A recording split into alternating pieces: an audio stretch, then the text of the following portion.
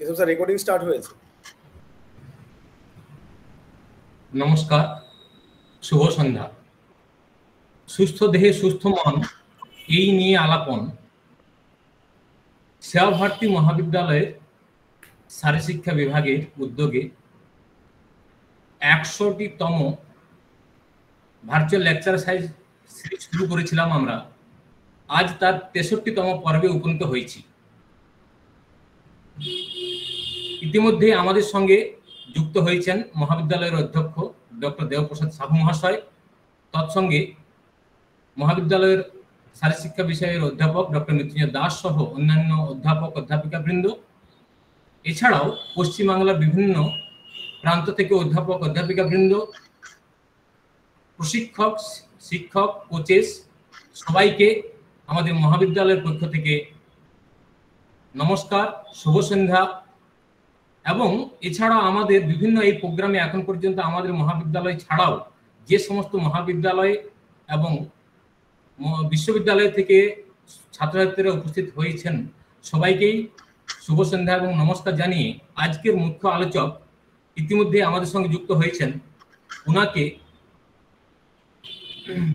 Doctor MD Hussain Alam মহাশয়, যিনি আজকের higher education and career opportunities in Europe এই বিষয়ে বিস্তৃতভাবে আলোচনা করবেন। আমরা ওনার আলোচনার অপেক্ষারত। আজ কিছু শিখবো, জানবো। প্রতিটি এপিসোডের মতোই আজকেও তার ব্যতিক্রম নয়। প্রতিটি এপিসোডে আমাদের স্বাগত ভাষণ দিয়ে থাকেন ডক্টর দেবপ্রসাদ সাহু মহাশয়। আজকেও অনুরোধ করব স্যারকে স্বাগত ভাষণ দেওয়ার জন্য। নমস্কার স্যার। সুস্থ দেহে সুস্থ মন, এই নিয়ে আলাপন পশ্চিমবাংলার আদিবাসী অধ্যুষিত ঝাড়গ্রাম জেলায় অবস্থিত আমাদের এই সেবা ভারতী মহাবিদ্যালয়। এই সেবা ভারতী মহাবিদ্যালয় মেদিনীপুর জেলার বিদ্যাসাগর বিশ্ববিদ্যালয়ের সর্বপ্রাচীন শারীরশিক্ষা বিভাগ। সেই শারীরশিক্ষা বিভাগের উদ্যোগে আলাপন, যেটা 100 লেকচার সিরিজের শারীরশিক্ষার উন্নতি কল্পে এবং প্রচার কল্পে আমরা শুরু করেছিলাম, তার আজকে 63তম পর্ব। আজকের এই পর্বে উপস্থিত বিভিন্ন মহাবিদ্যালয়, বিভিন্ন বিশ্ববিদ্যালয়ের এবং বিভিন্ন বিদ্যালয়ের যারা জ্ঞানী গুণী শিক্ষক আছেন, মহাবিদ্যালয়ের পক্ষ থেকে সবাইকেই স্বাগত জানাচ্ছি। যাদের জন্য এই রকম একটা প্রোগ্রাম, সেই স্নেহের শারীরশিক্ষার শিক্ষার্থী মহাবিদ্যালয়ের পক্ষ থেকে তাদেরকেও স্বাগত জানাচ্ছি। আলাপনের পূর্ববর্তী বক্তা যারা আলাপনকে তাদের নির্দিষ্ট ভাবধারা দিয়ে সমৃদ্ধ করেছেন, বিভিন্ন বিশ্ববিদ্যালয়ের, বিভিন্ন মহাবিদ্যালয়ের যারা এক্সপার্ট ছিলেন, মহাবিদ্যালয়ের পক্ষ থেকে তাদেরকেও স্বাগত জানাচ্ছি। আজকে খুব খুশির সঙ্গে আমরা জানাচ্ছি, আজকে আলোচক হিসেবে আমরা পেয়েছি ডক্টর মোহাম্মদ হোসেন আলম মহাশয়কে, যিনি প্রতিষ্ঠাতা ও ডিরেক্টর ব্রিটিশ গ্র্যাজুয়েট কলেজ ব্রোকলো, পোল্যান্ডের, যার উজ্জ্বল উপস্থিতি এবং সক্রিয় উপস্থিতি আমাদেরকে আলাপনকে আরো সমৃদ্ধ করবে। তার টপিক আজকে, যার দ্বারা আলাপনকে আজকে সমৃদ্ধ করবেন, সেই টপিক হচ্ছে higher education and career opportunities in Europe. আমরা ভারতবর্ষের শারীরশিক্ষা, পশ্চিমবাংলার শারীরশিক্ষার সাথে সাথে আজকে আমরা জেনে নেব, বা আজকে ওনার জ্ঞান দ্বারা আমরা সমৃদ্ধ হব ইউরোপের শারীরশিক্ষা বা অপরচুনিটি কি আছে, ইত্যাদি ইত্যাদি। আমি মহাবিদ্যালয়ের পক্ষ থেকে ওনাকে বিশেষভাবে স্বাগত জানাচ্ছি। উনি ওনার অমূল্য সময় ব্যয় করে আমাদের মহাবিদ্যালয়ের শারীরশিক্ষা বিভাগের এই আলাপনকে উপস্থিত হওয়ার জন্য এবং আলাপনকে সমৃদ্ধ করার জন্য। বক্তব্য দীর্ঘায়িত না করে আলাপনে উপস্থিত যে সকল বিশিষ্ট ব্যক্তিবর্গ আছেন এবং যারা শিক্ষার্থী আছেন, সবাইকেই মহাবিদ্যালয়ের পক্ষ থেকে স্বাগত জানিয়ে আমার এই সংক্ষিপ্ত স্বাগত ভাষণ শেষ করছি। নমস্কার সবাইকে। অনেক অনেক ধন্যবাদ। নমস্কার স্যার আপনাকে। উপস্থিত গুণীজনদের প্রণাম জানিয়ে আমি ডক্টর মৃত্যুঞ্জয় দাস মহাশয়কে আগ্রহ করব আজকের মুখ্য আলোচক সম্পর্কে 2-4 কথা বলার জন্য। ডক্টর মৃত্যুঞ্জয় দাস মহাশয়। উপস্থিত সমস্ত সুধীবৃন্দদের প্রথমে আমি আন্তরিকভাবে নমস্কার জানাই। আমাদের মহাবিদ্যালয়ের উদ্যোগে আয়োজিত সুস্থ দেহে সুস্থ মন এই নিয়েই আলাপনের ৬৩তম পর্বে উপস্থিত হওয়ার জন্য। উপস্থিত সমস্ত সুধীবৃন্দদের মহাবিদ্যালয়ের পক্ষ থেকে এবং আমাদের অধ্যাপক অধ্যাপিকা বৃন্দ তথা আমাদের শিক্ষার্থীদের পক্ষ থেকে সকলকে যথাযোগ্য সম্মান, শ্রদ্ধা এবং কৃতজ্ঞতা জানিয়ে আজকের যিনি মুখ্য আলোচক ডক্টর এমডি হুসেন আলম মহাশয়, তার সম্বন্ধে দু চার কথা বলবো। দু চার কথা নয়, স্যারের সম্বন্ধে বলতে গেলে অসংখ্য কথা চলে আসবে। যদি আমরা গিয়ে কেউ গুগলে সার্চ করি যে হুসেন আলম মহাশয়, তাহলে দেখা যাবে যে অসংখ্য তথ্য আমরা পাবো। মাত্র ৩৩ বছর বয়সে উনি যে জায়গায় পৌঁছেছেন আজকে, একজন বিশিষ্ট শিক্ষাবিদ হিসাবে, একজন মোটিভেটর হিসাবে, একজন রাইটার হিসাবে, একজন এডুকেটর হিসাবে, একজন এন্টারপ্রেনার হিসাবে, সত্যি এই তুলনা করা আমাদের আজকের দিনে অন্য মানুষের সাথে বৃথা হবে। উনি একজন এমন পর্যায়ের মানুষ যিনি বাংলাদেশের মাগুরা জেলায় জন্মগ্রহণ করেছেন এবং তার যে প্রাথমিক এবং উচ্চ বিদ্যালয়ের শিক্ষা তিনি বাংলাদেশে সুসম্পন্ন করার পর তিনি তার ব্যাচেলর সম্পন্ন করেন ইউনিভার্সিটি অফ সান্ডারল্যান্ডে, ইউকে, ইউনাইটেড কিংডম। পরবর্তীতে তিনি মাস্টার্স করেন MSc in international business, alma mater, Canterbury Christ Church University, United Kingdom. এবং তারপর তিনি তার হাইয়েস্ট একাডেমিক ডিগ্রি অর্থাৎ পিএইচডি সম্পন্ন করেন ইউনিভার্সিটি অফ রকলো, পোল্যান্ড।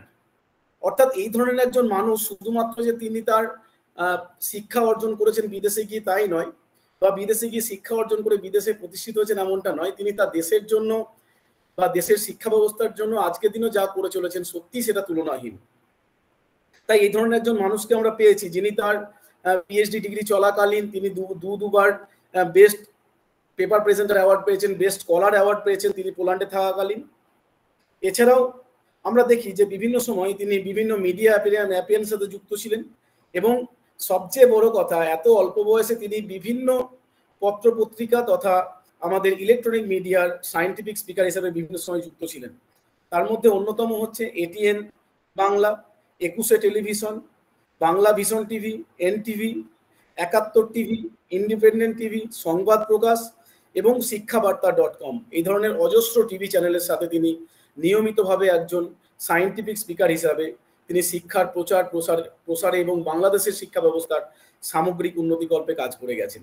এছাড়াও আমরা তার বিভিন্ন গবেষণা দেখতে পাই, যে গবেষণাগুলো মূলত বাংলাদেশের শিক্ষা ব্যবস্থা তথা প্রাচ্যের সঙ্গে পাশ্চাত্যের যে শিক্ষা ব্যবস্থার মূল পার্থক্য সেই বিষয়গুলি উনি তুলনা করেছেন এবং বাংলাদেশের শিক্ষা ব্যবস্থার প্রবর্তনে সাহায্য করেছেন। এছাড়াও আমরা দেখি তার দুখানি তার লেখা বই, মূল্যবান পুস্তক, যেটা অত্যন্ত গুরুত্বপূর্ণ আমাদের শিক্ষকতা প্রফেশনের ক্ষেত্রে, role of technology for formal education in Bangladesh. এছাড়াও Grameen bank as an economic stabiliser for the rural banking sector in Bangladesh. অর্থাৎ তার ধ্যান, জ্ঞান, চিন্তা সবকিছুই বাংলাদেশকে কেন্দ্র করে এবং বাংলার শিক্ষার প্রসারে তিনি যে অগ্রণী ভূমিকা পালন করে চলেছেন, আমি মহাবিদ্যালয়ের পক্ষ থেকে স্যারকে আরো একবার অশেষ কৃতজ্ঞতা এবং আন্তরিক প্রণাম জানিয়ে তার যে আজকের আলোচ্য বিষয় higher education and opportunities, job opportunities in Europe, সেই বিষয়ে আলোকপাত করার জন্য স্যারকে অনুরোধ করব।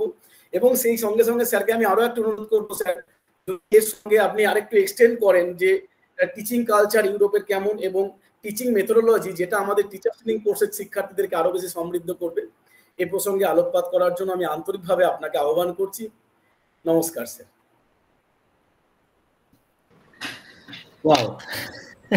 অনেক অনেক ধন্যবাদ মৃত্যুঞ্জয় স্যার। এবার আজকের মুখ্য আলোচককে অনুরোধ করব স্যার, আপনার মূল্যবান বক্তব্য শোনার জন্য আমরা অপেক্ষা করব। নমস্কার স্যার। ওয়াও, তো আমার জব অনেকটাই সহজ করে দিয়েছেন। মানে আমার সম্পর্কে যা কিছু বললেন, এত কিছু হয়তো আমি নিজেও জানি না, খুঁজে খুঁজে বের করেছেন, তো ধন্যবাদ আপনাকে। আসলে আমি এত গুণী ব্যক্তি কি সেটা জানি না, ক্ষুদ্র একজন ব্যক্তি। ৩৩ বছর বয়স, গ্রামের সাদা মাঠা ছেড়ে, গ্রামের গায়ের কাদার গন্ধ এখনো আমার গায়ে আছে। তো যেটাই বলি না কেন, সর্বপ্রথম ধন্যবাদ জানাই আপনাদের এই মহান উদ্যোগকে। সুস্থ দেহে সুস্থ মন, এই নিয়ে আলাপন, সুন্দর একটা প্রতিপাদ্য আপনারা দাঁড় করিয়েছেন। মানুষের কাছে পৌঁছে দিয়েছেন দাঁড়ে দাঁড়ে। আর এরকম একটা পশ্চিম বাংলার প্রোগ্রামে নিজেকে যুক্ত করতে পেরে আমি খুবই আনন্দিত, উদ্বেলিত, উচ্ছ্বাসিত, উদ্বেলিত। আমি জানি না কতটুকু আপনাদেরকে দিতে পারবো, তবে আশা করি আপনাদের কাছ থেকে আমার নেওয়ার অনেক কিছু আছে। দেওয়ার কি আছে জানি না, তবে নেওয়ার অনেক কিছু আছে। শুরু করি এভাবেই যে একদিন ইচ্ছা ছিল আকাশে উড়বো। আকাশে উড়তে উড়তে কখন যে আকাশ ছোঁবো এটা কখনো ভাবিনি। তো আকাশটা ছোঁয়া এরকম, আমি গ্রামে জন্ম, তো যখন স্বপ্ন দেখি যে আমি ইউরোপে যাব, ইউরোপে আসাটাই ছিল আমার স্বপ্ন। তারপর আকাশ ছোঁয়াটা হলো আমার ব্যাচেলর, মাস্টার্স এবং পিএইচডি বা এখানে জব। এই কথা বলার নিজেকে দিয়ে শুরু করার বিশেষ কারণ হলো আমাদের এখানে আজকে আলোচনার বিষয় হলো higher education and career opportunity in Europe. এই ইউরোপ এবং এশিয়া, এই দুই দেশের এখানে শিক্ষা ব্যবস্থার ভিতরে অনেক পার্থক্য আছে, যেটা যদি আমি ইউরোপে লেখাপড়া না করতাম, ইউকেতে লেখাপড়া না করতাম, তাহলে হয়তো এই পার্থক্যটা বুঝতে পারতাম না। আমাদের এডুকেশন সিস্টেম, আমরা যদি সাউথ এশিয়ান এডুকেশন সিস্টেমটাকে বলি, শুরু আমি বাংলার এডুকেশন সিস্টেমটাকে বলবো না, সাউথ এশিয়ান এডুকেশন সিস্টেম। আমার একটা দোষ আছে, সেটা আমি বলিনি, মানে আমার মুখস্থ করে বা ওই প্রেজেন্টেশন দিয়ে লেকচার দেওয়ার স্বভাব খুব কম। এই জন্য আমি মানে আমার পাওয়ার পয়েন্ট প্রেজেন্টেশন নাই, আমি মানে তথাকথিত যে কথার মাধ্যমে আমি আমার লেকচারটা আমি শেষ করব।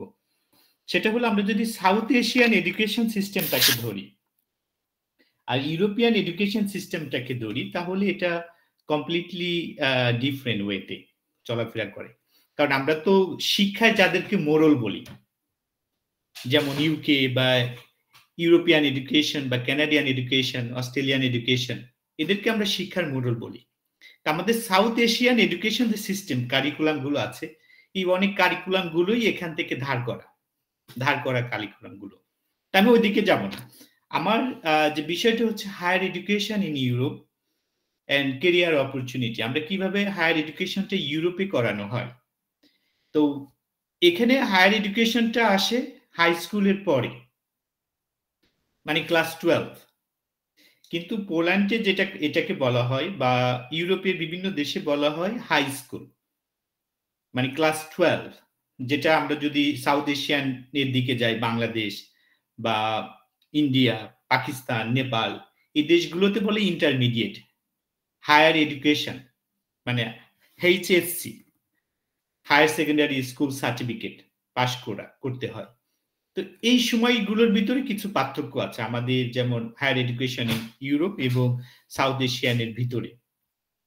তাহলে আমাদের এই এডুকেশন এবং এই ইউরোপিয়ান এডুকেশনের ভিতর যদি আমরা পার্থক্যটা খুঁজতে চাই, তাহলে প্রথম এখানে কিছু দিক আছে।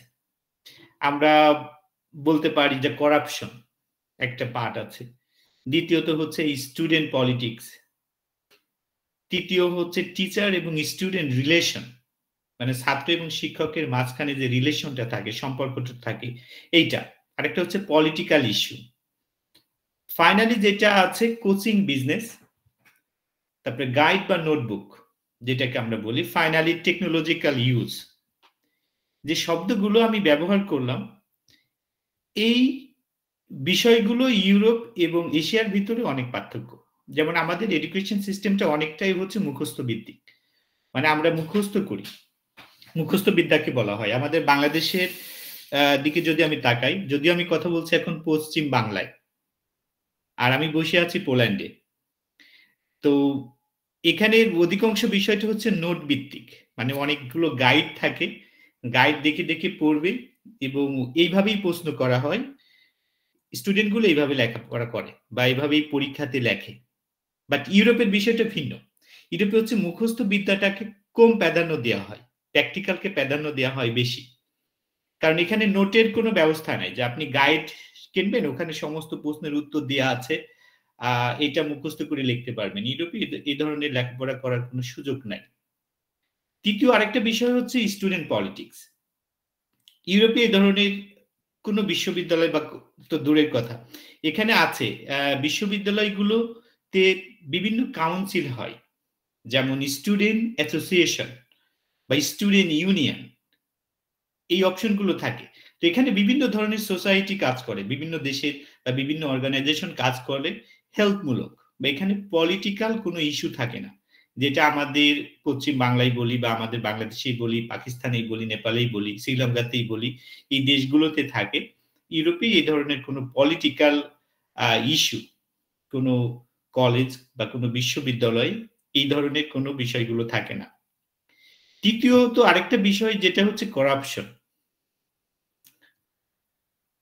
ইউরোপে বিশ্ববিদ্যালয়গুলো তারা ফোকাস করে এডুকেশনটাকে, তাদের ভবিষ্যৎ প্রজন্মকে, কারণ তারা মনে করে শিক্ষা হচ্ছে সর্বোচ্চ জায়গা যেখানে একটা দেশ গঠন করার জন্য, একটা জাতি গঠন করার জন্য, বা একটা সমাজকে সুন্দরভাবে বিশ্বের কাছে তুলে ধরার জন্য যে মূল জায়গা সেটা হলো শিক্ষা প্রতিষ্ঠান।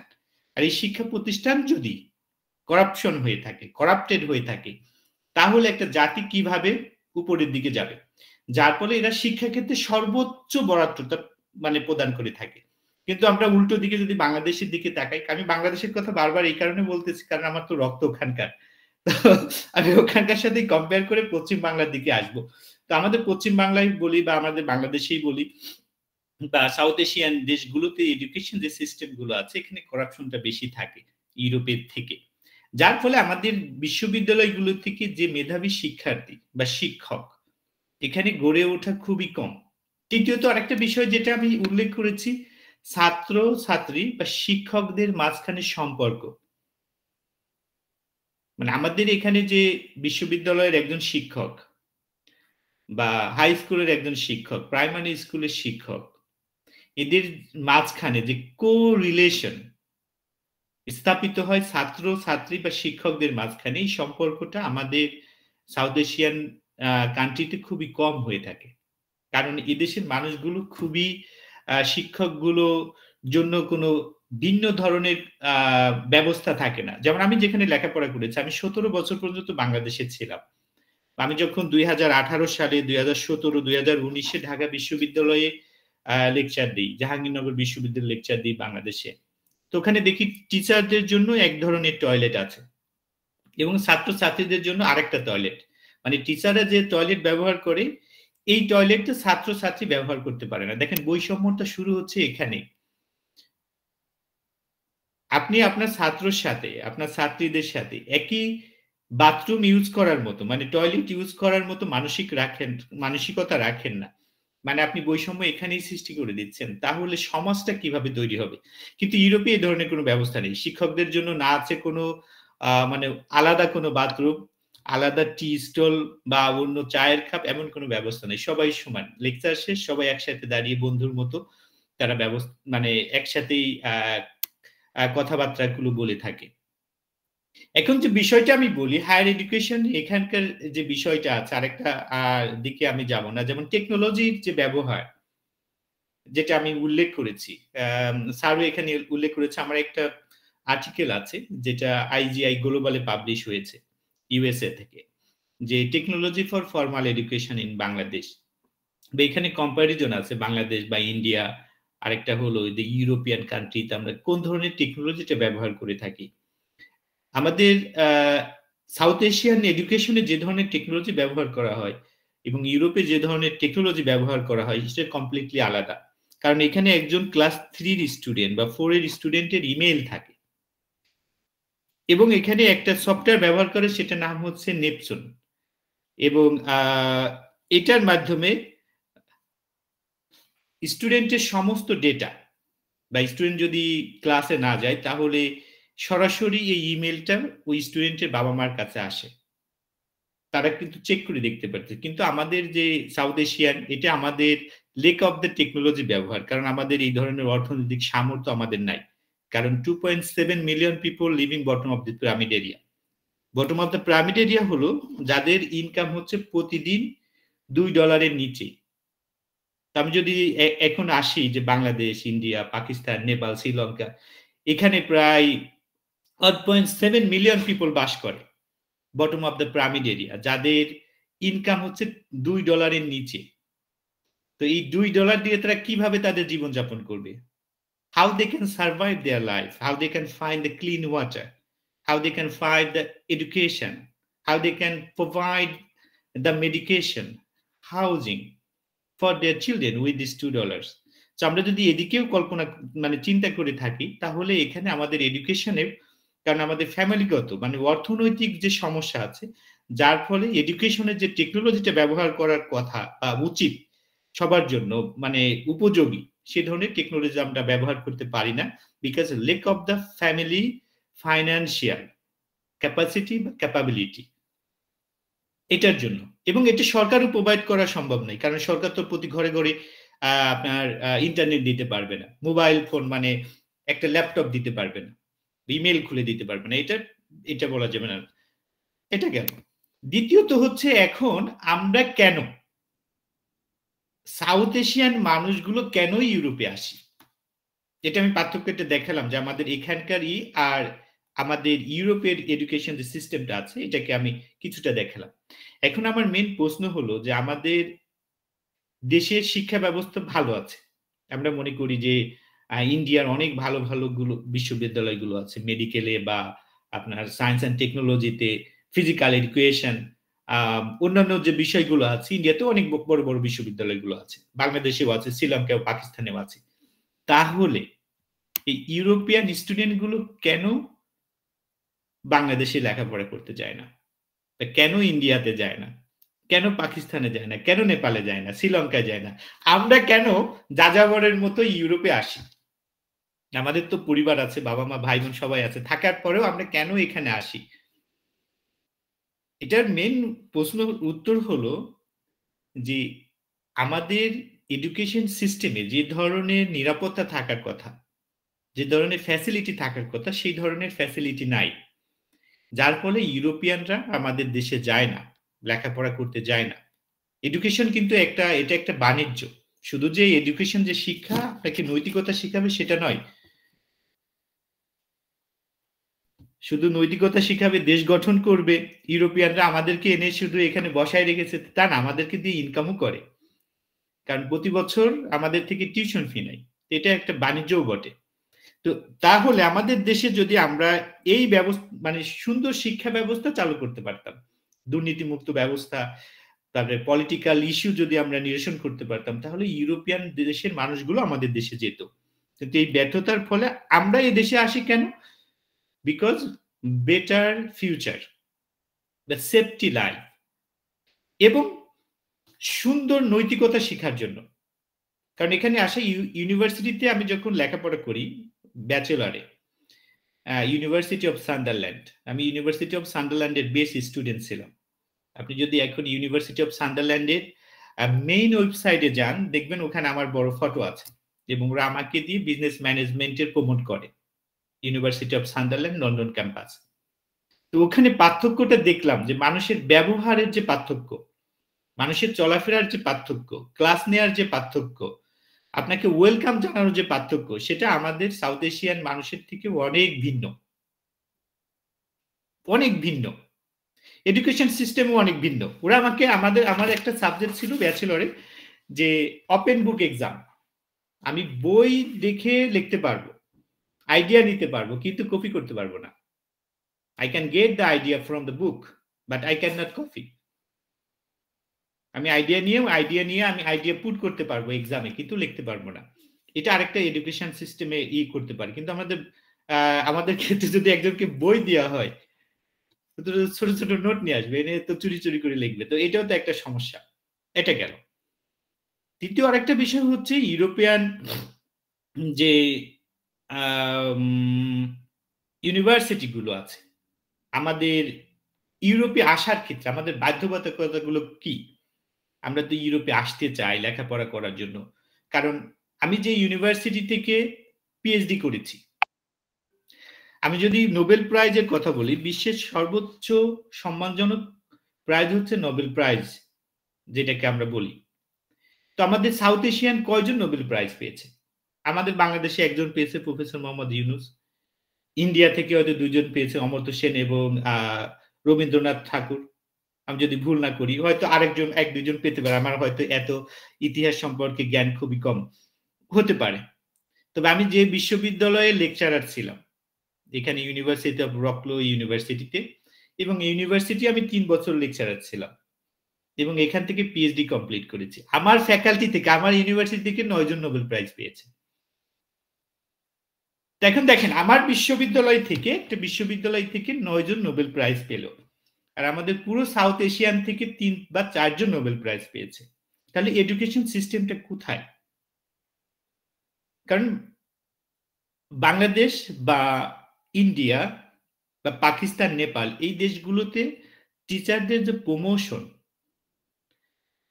আমি এখন টিচারদের দিকে একটু যাচ্ছি, টিচারদের যে প্রমোশন যেটা হয়ে থাকে, এটা হয়ে থাকে বয়সের ভিত্তিতে। আপনি কত বছর চাকরি করেছেন, কত বছর জয়েন করার পরে কত বছর হলো, এটার ভিত্তিতে আপনার প্রমোশন হয়। বাট ইউরোপিয়ান কান্ট্রিগুলোতে, আমি যেখানে চাকরি করতাম বা করি, আমাদের প্রমোশন হয় আমাদের রিসার্চের ভিত্তিতে, সায়েন্টিফিক পেপারের উপরে। আমার প্রতি বছর যদি সায়েন্টিফিক পেপার না থাকে, আমার রিসার্চ প্ল্যান না থাকে, তাহলে আমার যে পজিশন আরো নিচে নেমে যায়, আপনার উপরে ওঠে না, স্যালারিও বাড়ে না। কিন্তু আমাদের দেশে, আমি একটা লেখা লিখেছিলাম কিছুদিন আগে, বিসিএস শিক্ষা ক্যাডারদের প্রমোশন কেমন হওয়া উচিত, এটা প্রকাশিত হয়েছিল দৈনিক ইত্তেফাকে এবং নয়া দিগন্ত বাংলাদেশের পত্রিকায়। তো এখানে আমি উল্লেখ করেছিলাম যে আমাদের যে এডুকেশনের যে প্রমোশনটা হয়ে থাকে, এটা হয়ে থাকে হচ্ছে আপনার বয়সের ভিত্তিতে, রিসার্চের ভিত্তিতে নয়। তো আসলে প্রমোশনটা হওয়া উচিত রিসার্চের ভিত্তিতে। একজন টিচার সে যখন জয়েন করবে, তার বিভিন্ন ধরনের সায়েন্টিফিক কর্মকাণ্ড দিয়ে তার আইডিয়াকে প্রতিফলিত করবে বা বিভিন্ন জায়গায় ছড়াবে, এবং যার ফলে বিশ্বের যে র্যাঙ্কিং করা হয় ইউনিভার্সিটিগুলো বা কলেজগুলো, এখানে তাদের র্যাঙ্কিংটা আরো ভালো হবে। এটা খুবই ইম্পর্টেন্ট। তো এখন ইউরোপে আমাদের সাউথ এশিয়ান স্টুডেন্টের জন্য, হায়ার স্টাডির জন্য প্রতিবন্ধকতা কি? আমরা তো মনে করেন, আমি তো গ্রাম থেকে এখানে এসেছি, আমি যদি বাংলাদেশে থাকতাম তাহলে হয়তো আমার ব্যাচেলর কমপ্লিট হতো না, বা মাস্টার্স হলেও খুবই কষ্ট হতো, পিএইচডি বা পিএইচডির পরে চাকরি পেতেও কষ্ট হতো, বা কলেজ প্রতিষ্ঠা করতেও কষ্ট হতো। এখানে এসেছি কারণ বেটার ফিউচার। এই জন্য আমরা জানি ইউরোপ হচ্ছে বেটার ফিউচারের জায়গা, শান্তির জায়গা। তো এখানে আসার জন্য আমাদের বাধ্যবাধকতা কিগুলো বা কি ধরনের রিকোয়ারমেন্ট দরকার? যেহেতু আমার একটা কলেজ আছে, আমি একটু যারা স্টুডেন্ট যারা এখানে আছেন তাদের উদ্দেশ্যে বলি, বা যারা টিচার আছে তাদের জন্য হয়তো বিষয়গুলো ক্লিয়ার হবে। ইউরোপে লেখাপড়া করার জন্য মিনিমাম ইন্টারমিডিয়েট পাস করতে হয় হায়ার এডুকেশনের জন্য, এবং আইএলসে 5.5 বা 6 থাকতে হয়, বা যাদের আইএলস নাই, অনেক বিশ্ববিদ্যালয়গুলো তাদেরকে অনলাইন ইন্টারভিউর মাধ্যমে অ্যাডমিশন দিয়ে থাকে। ইউরোপের অনেক দেশগুলোতে যেখানে স্কলারশিপের ব্যবস্থা আছে, যেমন জার্মানিতে আছে, দ্যাট এর মাধ্যমে অ্যাপ্লাই করে স্কলারশিপ পেতে পারে। তারপর সুইডেনে আছে, অন্য দেশগুলোতে আছে, পোল্যান্ডেও আছে। এই জিনিসগুলো দরকার। কিন্তু ভিসার ক্ষেত্রে আমাদের সাউথ এশিয়ান মানুষগুলোকে 2টা পয়েন্টে ভিসা দেয় না। আপনার অনেকগুলো পেপার থাকার পরেও দেয় না। সেটা হলো ইন্টেনশন। বলে যে যারা এখানে লেখাপড়া করতে আসবে এদের ইন্টেনশন খারাপ, এরা এখানে এসে লেখাপড়া করবে না। এর ফলে মানে অনেকেরই ভিসা হওয়ার ইস্যুটা খুবই কম। এইটা গেল। এখন ব্রিটিশ গ্রাজুয়েট কলেজ আপনাদের স্টুডেন্টের জন্য কোন ধরনের অফার দিতে পারে, এদিকে আসবো। আরেকটা বিষয় হলো জব পাওয়াটা কত কঠিন বা সহজ।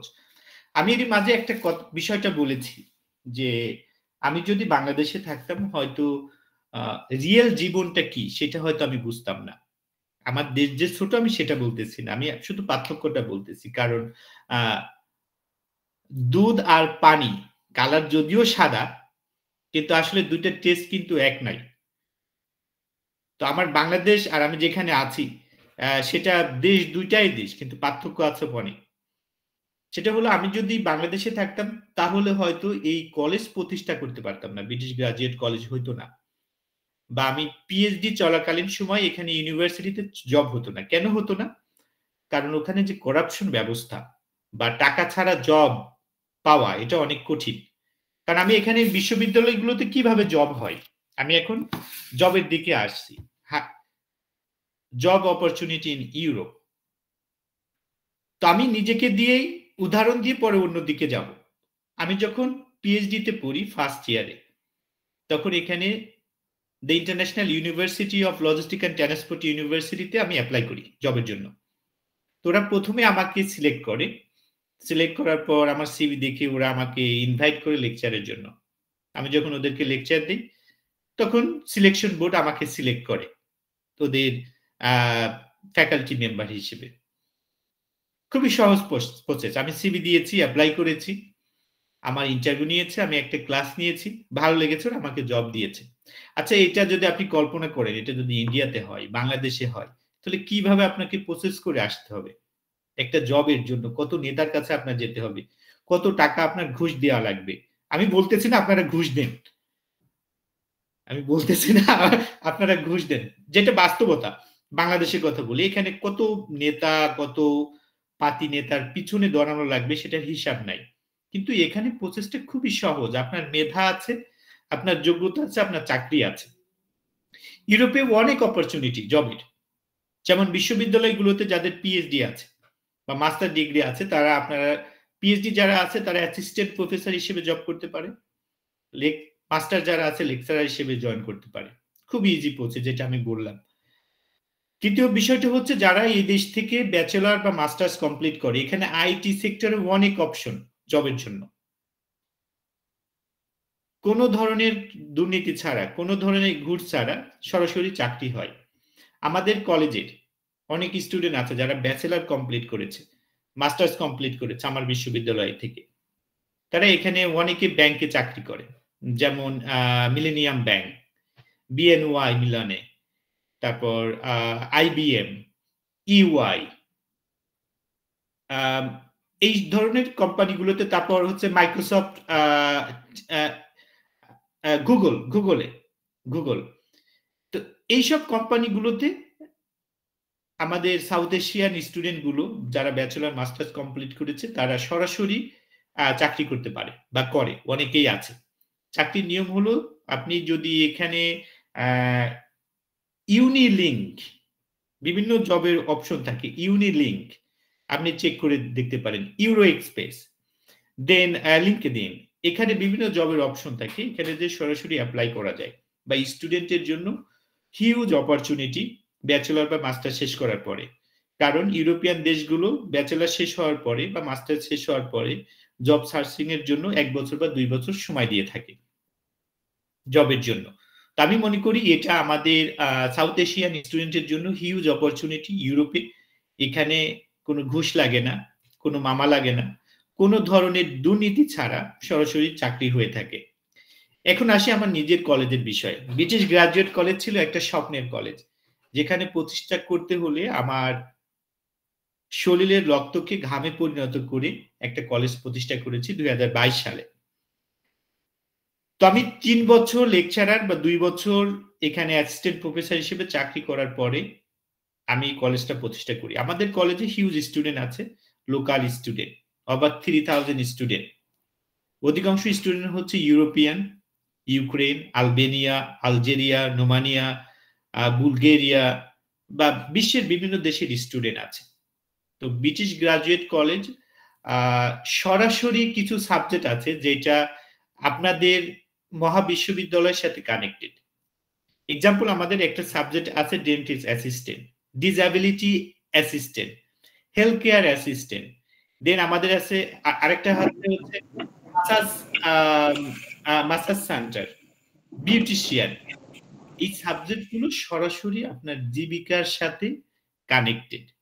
আমাদের কলেজ থেকে যদি কোনো স্টুডেন্ট 1 বছরের কোর্স করে, 2 বছরের কোর্স করে, এখানে সরাসরি কোনো কোম্পানি চালু করে কোম্পানি রান করতে পারবে বা সরাসরি এদেশের বিভিন্ন কোম্পানিতে এই রিলেটেড চাকরি করতে পারবে, 100% জব গ্যারান্টি। এবং ব্রিটিশ গ্রাজুয়েট কলেজ এখন ব্যাচেলর, মাস্টার্স এর জন্য অ্যাপ্লিকেশন ওপেন আছে। আমাদের অ্যাডমিশন ফি হচ্ছে 200 ইউরো, টিউশন ফি হচ্ছে 3200 ইউরো।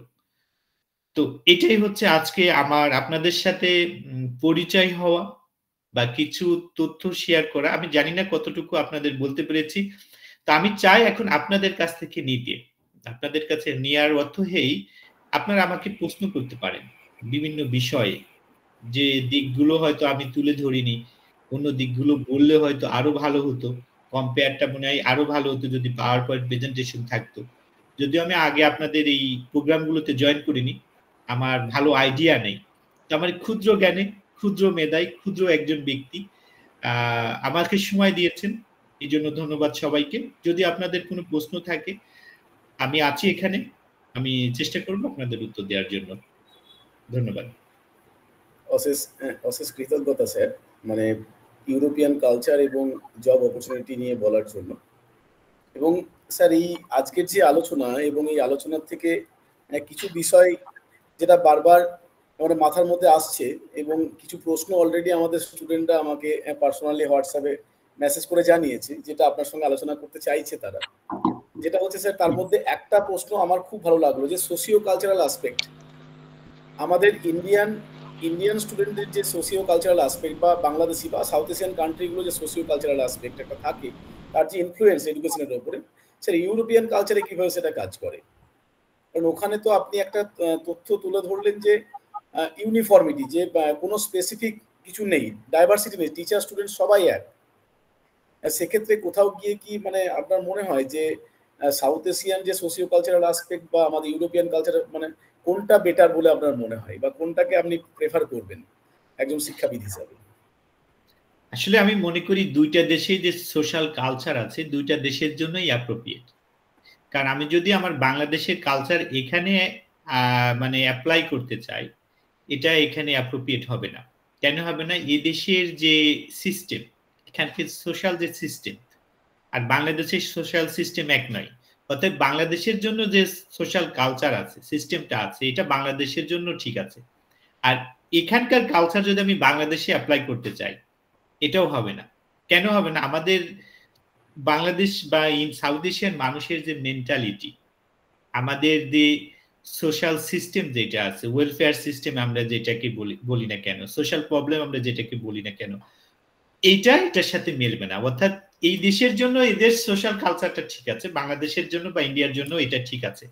তার একটা উদাহরণ আমি এখানে বলি। মনে করেন এদেশের একজন ব্যক্তি, আপনি রাস্তা দিয়ে বের হয়েছেন, আপনি সুন্দরভাবে সুন্দর মনে আবার বাসায় ফিরে আসতে পারবেন, কোনো ব্যক্তি আপনাকে ডিস্টার্ব করবে না। আপনি কি খাচ্ছেন, কি করতেছেন, আপনি গান গাচ্ছেন না দৌড়াচ্ছেন, আপনি যা খুশি করেন, কেউ আপনাকে ডিস্টার্ব করবে না। কিন্তু আমার দেশের কালচারে যদি আমি যাই, মনে করেন আমি বাসে উঠলাম, উঠার পরে কি হবে, পিছন থেকে একজন এমন ভাবে গুতা মারলো, আপনার অটোমেটিকলি মেজাজটা খারাপ হবে। আরেকজন আসে, কন্ট্রাক্টর আসে, বলবে ভাই টাকা দেন, বলবে ভাই আপনি 5 মিনিট পরে আসেন। আপনি সুস্থ দেহে আলাপন যেটা করতে যাচ্ছেন, আসলে সুস্থ দেহে আপনি ফিরে আসতে পারবেন না, বা সুস্থ মনে আপনি বাসায় ফিরে আসতে পারবেন না। তা আলাপনটা কিভাবে করবেন সুস্থভাবে? তো এখানকার ভিতর আর ওখানকার ভিতর পার্থক্য আছে। তা এখন আমি যেটা বলি, আমাদের দেশের কালচারের জন্য আমাদের দেশের কালচারটা ঠিক আছে, আর এখানের কালচারের জন্য এখানের কালচার ঠিক আছে। হ্যালো স্যার, আসসালামু আলাইকুম। ওয়ালাইকুম আসসালাম। স্যার আমি বাংলাদেশ থেকে বলছিলাম, টাঙ্গাইল থেকে বলছিলাম। জি বলেন। জি, আপনাকে আমি 2022 সাল থেকে আপনাকে ফলো করি, আমি ফেসবুকে প্লাস হোয়াটসঅ্যাপে সবকিছুতে ফলো করি, আমার খুব ভালো লাগে আপনাকে ব্যক্তিগতভাবে।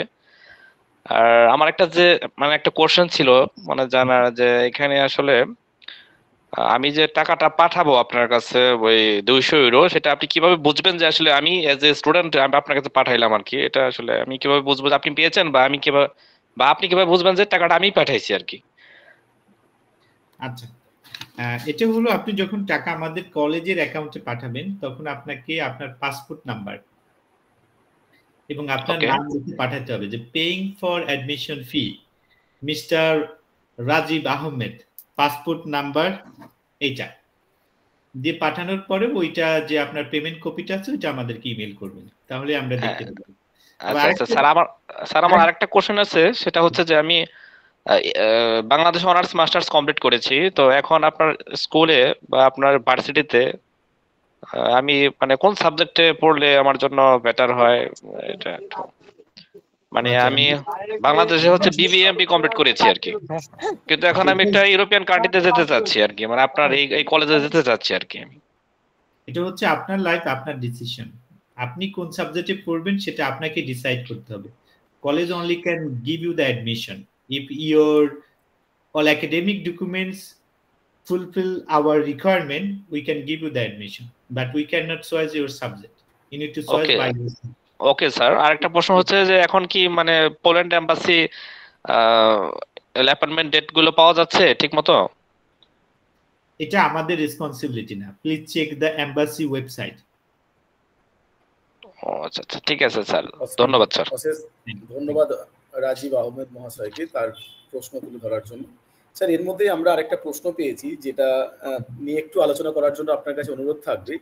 সেটা হচ্ছে আমাদের স্যার ইন্ডিয়া এবং বাংলাদেশ বা সাউথ এশিয়ান কান্ট্রিতে যে টিচার্স ট্রেনিং ইনস্টিটিউটগুলো আছে তার যে এডুকেশন সিস্টেম, মানে স্কুলে বা কলেজে বা বিশ্ববিদ্যালয়ে শিক্ষকতা করার জন্য যে teachers training process, sir European কালচারের টিচার্স ট্রেনিং প্রসেসটা কিভাবে আছে, এই প্রসঙ্গে যদি একটু আলোকপাত করেন। যদিও আমি টিচার্স ট্রেনিং কলেজে মানে বাংলাদেশের টিচার্স ট্রেনিং সম্পর্কে আমার আইডিয়া আছে, কারণ আমি বাংলাদেশের অনেকগুলো প্রোগ্রাম করেছি। Government teachers training college Dhaka, Comilla teachers training college, Rajshahi teachers training college, Jessore teachers training college, যতগুলো টিচার্স ট্রেনিং কলেজ আছে প্রায় আমি 1,500 থেকে 2,000 শিক্ষকদেরকে চিনি। প্রাইমারি শিক্ষক বা হাই স্কুলের শিক্ষক বা বিশ্ববিদ্যালয়ের শিক্ষকগুলোকে আমি চিনি। তো বাংলাদেশের শিক্ষকদের জন্য যে ধরনের ট্রেনিং দেওয়া হয়, এদেশের এই ধরনের ট্রেনিং দেওয়ার কোনো প্রয়োজন হয় না। কারণ এই বাংলাদেশের যে ধরনের মনে করেন যে এমএস ওয়ার্ড কিভাবে চালু করতে হয়, কিভাবে ইমেল চালু করতে হয়, কিভাবে আপনার মানে স্টুডেন্টের সাথে কিভাবে ব্যবহার করতে হয়, এই ধরনের সিস্টেমগুলো এদেশের শিক্ষার্থীরা ক্লাস 3 থেকেই পারে বা জানে। একজন ক্লাস 3 স্টুডেন্ট যারা আছে, ক্লাস 4 এর স্টুডেন্ট আছে, 5 এর স্টুডেন্ট আছে, এরা এই বিষয়গুলো জানে। কারণ এদেশের এডুকেশন সিস্টেম আর বাংলাদেশের এডুকেশন সিস্টেম বা ফ্যামিলি এডুকেশন যেটাকে বলি, এটার ভিতর অনেক পার্থক্য আছে। যার ফলে এই ইউরোপিয়ান দেশগুলোতে এই ধরনের এই টিচার্স ট্রেনিং কলেজের জন্য যে ধরনের ট্রেনিং গুলো দেওয়া হয় এখানে এই বাংলাদেশে বা ইন্ডিয়াতে, এখানে এই ধরনের ট্রেনিং গুলো দেওয়া হয় না। এদের ট্রেনিং গুলো ভিন্ন হয়। যদিও আমি প্রাইমারি স্কুলের কোনোদিন শিক্ষক ছিলাম না বা হাই স্কুলেরও শিক্ষক নাই, আমি সরাসরি পড়াইছি বিশ্ববিদ্যালয়, মানে বড় বড় স্টুডেন্টগুলো, ব্যাচেলর বা মাস্টার্স, এদের বিষয়গুলোটা ভিন্ন। তবে যতটুকু আমি জানি এখানে এই ধরনের ট্রেনিং এর কোনো ব্যবস্থা নাই যেটা বাংলাদেশ বা ইন্ডিয়াতে দেওয়া হয়। যেমন আমার ওই একটা বইয়ের ভিতরে আমি লিখেছিলাম বাংলাদেশে করোনাকালীন সময়ে যে অনলাইন শিক্ষা ব্যবস্থা নেওয়া হয়, এখানে বলেন কতজন প্রাইমারি স্কুলের শিক্ষক আছে যারা ইমেইলটা ওপেন করতে পারে, কতজন প্রাইমারি স্কুলের শিক্ষক আছে যারা মানে এমএস ওয়ার্ড বা মাইক্রোসফট পাওয়ার পয়েন্টে প্রেজেন্টেশন দিয়ে স্টুডেন্টদেরকে পড়াতে পারে।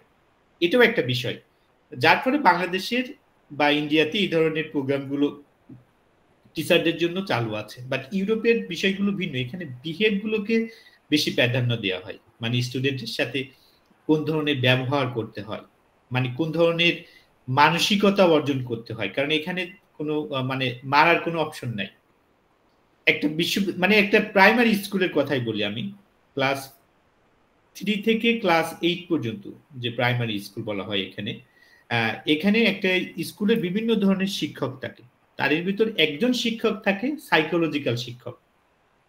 মানে ওই স্টুডেন্ট যদি ক্লাসে না আসে, কোনো স্টুডেন্ট যদি ক্লাসে অমনোযোগী হয়, তাহলে যে মেন্টাল ডাক্তার থাকে তাকে নিয়ে যায়, নিয়ে তাকে জিজ্ঞাসা করে যে আসলে তোমার সমস্যা কি, তোমার পরিবারে কোনো সমস্যা আছে কিনা, তোমার ক্লাসে কোনো সমস্যা আছে কিনা, বন্ধুদের সাথে কোনো সমস্যা আছে কিনা, মানে এই সমস্যাটা খুঁজে বের করার চেষ্টা করে। কিন্তু আপনি যদি বাংলাদেশের দিকে তাকান, কোন হাই স্কুলে এই ধরনের ডাক্তারের ব্যবস্থা আছে, সাইকোলজিক্যাল ডাক্তার? ইন্ডিয়ার কোনো প্রাইমারি স্কুলে সাইকোলজিক্যাল ডাক্তার আছে কিনা? এটাও একটা বিষয় আছে। মানে এখানে এদেরকে শিক্ষা দেওয়ার যে বিষয়গুলো আছে, আমার ছোট একটা ছেলে আছে, 3 বছর বয়স, 3 বছর 2 মাস বয়স, ও 3টা ভাষা পারে। আমরা ওকে 1 বছর থেকে এখানে যে ডে কেয়ার আছে ওখানে দেই। তো এখানে ওদেরকে শিখায়, মানে 1 বছর বয়স থেকেই ওকে কিভাবে টেবিলে বসতে হয়, কিভাবে স্পুন ধরতে হয়, কিভাবে নিজের খাবারটা খেতে হয়, আমরা কখনো ওকে খাওয়াই দেই না। কিন্তু আমাদের বাংলাদেশের প্রেক্ষাপটে আছে যারা ক্লাস 5-এ পড়ে, 6-এ পড়ে, এদেরকেও খাওয়াই দিতে হয়। তো এই যে পার্থক্যগুলো আছে, তো ইউরোপ আর এবং টিচার্স ট্রেনিং কলেজ যেটা আপনি বললেন শিক্ষকদের যে ট্রেনিং, এটা ইউরোপ এবং সাউথ এশিয়ার ভিতর অনেক পার্থক্য আছে। একদমই তাই স্যার, মানে এই প্রসঙ্গেই মানে যেহেতু আমাদের দেশে আমরা প্রেক্ষাপট যদি দেখি, তাহলে প্রাথমিক বিদ্যালয়ের শিক্ষকতা করার জন্য ডিএলএড বা বেসিক কোর্স থাকে, তারপর হায়ার সেকেন্ডারি বা হাই স্কুলের জন্য বিএড কোর্স, এই ধরনের যে কোর্সগুলো থাকে সেটা ইউরোপিয়ান কালচারে হয়তো সেভাবে নেই। এটা একটা প্রশ্ন স্যার এসেছে। এখানে আছে বিভিন্ন, যেমন কেউ যদি আমার ছেলে যেখানে থাকে এই ধরনের শিক্ষক হতে হলে তাদেরকে নার্স হতে হয়, কমপ্লিটলি নার্স। কেউ নার্স ছাড়া এখানে ডে কেয়ারে কাজ করতে পারবে না। প্রাইমারি স্কুলের শিক্ষক হতে হলে এখানে একটা প্রোগ্রাম আছে যেটাকে প্যাডাগজিক্যাল স্টাডি বলে, প্যাডাগজিক্যাল স্টাডি। এটার জন্য প্রাইমারি স্কুলের শিক্ষক হতে হলে এটা লাগে। আচ্ছা আচ্ছা। আর বাট বিশ্ববিদ্যালয়ে যদি আপনি চাকরি করতে চান তাহলে ডেফিনেটলি আপনার পিএইচডি লাগবে, বা এই ক্ষেত্রে আপনার কোনো ট্রেনিং লাগে না। সেটা স্যার আমাদের দেশেও একই, মানে হায়ার স্টাডিজের ক্ষেত্রে কোনো ট্রেনিং লাগে না।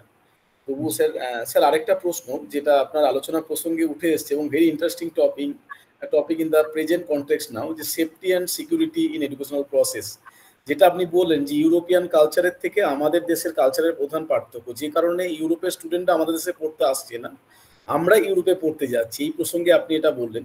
তাহলে স্যার আপনি কি মনে করছেন যে আমাদের দেশের শিক্ষা ব্যবস্থা বা শিক্ষার্থীরা নিরাপদ নয়? এটা আমি অনেক লেকচারেই বলেছি, বা এখনো যেটা বলি, আমাদের দেশের যে, আমি বাংলাদেশের কথাই বলি, আমি ইন্ডিয়ার কথা একটু সাউথ আপনাদের ওয়েস্ট বেঙ্গলের দিকে একটু পরে যাই। আমাদের বাংলাদেশের যে বিশ্ববিদ্যালয়গুলো আছে এখানে যে রাজনৈতিক অস্থিরতা, আমার অনেক লেখা আছে নিউজ পেপারে এই বিষয়ে, যে রাজনৈতিক যে অস্থিরতা, এখানে একজন স্টুডেন্ট সুস্থভাবে লেখাপড়া করতে পারে না। তাকে চিন্তা করতে হয় কখন মিছিলে যেতে হবে, কখন মিটিং এ যেতে হবে, কখন বড় ভাইয়ের পা টিপতে হবে। যেখানে তার ল্যাবে থাকার কথা, যেখানে তার মহাবিশ্ব নিয়ে গবেষণা করার কথা, সেখানে সে লেখাপড়া বাদ দিয়ে তাকে মিছিলে যেতে হয়, মিটিং এ যেতে হয়, রাজনৈতিক আশ্রয়তলে থাকতে হয়। এখানে স্টুডেন্টের তো নিরাপত্তা নাই, যার ফলে আপনি দেখেন আমাদের ঢাকা বিশ্ববিদ্যালয়, বিশ্বের র্যাঙ্কিং যে বিশ্ববিদ্যালয়গুলো আছে তার ভিতরে কোনো স্থান নাই, অথচ এটা আমার দেশের 1 নম্বর বিশ্ববিদ্যালয়, কোনো র্যাঙ্কিং এ নাই, কারণ এখানে তো কোনো রিসার্চ নাই, স্টুডেন্ট গুলো তো লেখাপড়া করে না, রাজনীতির ছায়াতলে থাকে। তো এখানে তো নিরাপত্তার অবশ্যই অভাব আছে, নিরাপত্তাহীনতাই ভোগে। যদি নিরাপত্তাহীনতা না থাকতো তাহলে তো এত রাজনীতি থাকতো না, বা আমার দেশের বিশ্ববিদ্যালয়টা কোন একটা র্যাঙ্কিং বিশ্ববিদ্যালয় থাকতো।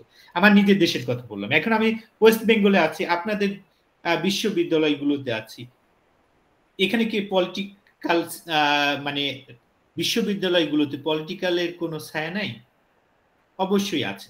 আমি এখানে University of Canterbury Christ Church University থেকে মাস্টার্স করেছি, এবং এই বিশ্ববিদ্যালয়ের স্টুডেন্ট ইউনিয়নের পোস্ট গ্রাজুয়েট স্টুডেন্ট অফিসার ছিলাম। ইউনিভার্সিটি অফ ব্রোসপের ফুল পিএইচডি কাউন্সিল মেম্বার। এখানে কোনো ধরনের রাজনীতি নাই, কোনো ধরনের স্টুডেন্টের কোনো ধরনের এই রাজনীতি করার কোনো সুযোগ নাই, তারা শুধু লেখাপড়া করে রিসার্চ নিয়ে থাকে, নিরাপত্তা মানে কোনো সংশয়ই থাকে না। অথচ আমাদের দেশে দেখেন বুয়েট বিশ্ববিদ্যালয়, ওখানে একজন শিক্ষককে মেরেই ফেলছে পিটাইয়ে। ঢাকা বিশ্ববিদ্যালয় এমন আছে। তো অতএব আমাদের যে সাউথ এশিয়ান মানে পলিটিক্যাল সিস্টেম, রিজিম যেটাকে বলা হয়, আমার পিএইচডিতে একটা পার্ট ছিল, আমি এখানে একটু বলি, আমার পিএইচডির পার্ট 4 চ্যাপ্টার 4-এ আমার একটা পার্ট ছিল, সেটা হচ্ছে political regime in Bangladesh and south Asian political regime, south Asian political concept and European political concept. তো আমাদের সাউথ এশিয়ান যে পলিটিক্যাল সিস্টেম যেটা আছে আর ইউরোপিয়ান পলিটিক্যাল সিস্টেম পুরোটাই পার্থক্য। তো আসলে আমাদের দেশের সাউথ এশিয়ান দেশের যে স্টুডেন্ট গুলো আছে, আপনি ওদের সাথে কথা বলে দেখেন, ওরা নিরাপত্তাহীনতায় আছে এবং দুশ্চিন্তায় আছে। যে সময় তাদের মনে করেন জৈবন নিয়ে বিয়ে করার কথা, চাকরি করার কথা, পরিবারকে সেবা দেওয়ার কথা, সেই সময় তারা দুশ্চিন্তায় অবহেলিতভাবে মানে ধুকে ধুকে মরছে, কিভাবে জীবনটাকে গুমড়ে ওখানে পোটলা বেঁধে ইউরোপে আসা যায় বা অন্য দেশে যাওয়া যায়। এটাই হচ্ছে আমাদের স্টুডেন্টের বর্তমান অবস্থা। অশেষ ধন্যবাদ স্যার। আর দুটো প্রশ্ন স্যার, মানে আমাদের এই আজকের টপিক রিলেটেড, সেটা হচ্ছে স্যার তারপর আমরা আমাদের এক্সপার্টদের ওপিনিয়ন বা সাজেশন নেব, এবং যদি কারো কোনো কোয়েশ্চেন থাকে আমরা ওপেন করবো কোয়েশ্চেন সেশন অ্যান্সার সেশনের জন্য। দুটো বিষয় আপনার আলোচনা প্রসঙ্গে উঠে এসছে স্যার। এক হচ্ছে ওপেন বুক এক্সামিনেশন নিয়ে আপনি বললেন, যেটা ইউরোপিয়ান কালচারে আছে, টু গেট দ্য আইডিয়া। আপনার কি মনে হয় যে এই ওপেন বুক এক্সামিনেশন সিস্টেম আমাদের দেশে কেন চালু করা যাচ্ছে না, বা আমাদের শিক্ষা ব্যবস্থায় কেন আসছে না এই ধরনের সাউথ এশিয়ান কান্ট্রির ক্ষেত্রে? কারণ আমাদের দেশের যে এডুকেশন সিস্টেম গুলো ধার করা থাকে ইউরোপিয়ান থেকে, তো আমাদের অধিকাংশ যে শিক্ষা নোটগুলো আছে এগুলো তো নোট করা থাকে, আপনি বাজার থেকে নোট কিনে পড়তে পারেন। তো এখানে আইডিয়াটা মানে পুট করা, মানে আপনার চিন্তা করে লেখা, সরি, আপনার আইডিয়া নিয়ে এবং আপনার থিঙ্কিং অনুযায়ী আপনি যে লিখবেন, এটা অনেক বিশ্ববিদ্যালয় বা অনেক কারিকুলাম এটা অ্যাকসেপ্ট করবেন, যার ফলে আমাদের বাংলাদেশে এটা সম্ভব হয় না, বা সাউথ এশিয়ান দেশগুলোতে এটা সম্ভব হয়ে থাকে না।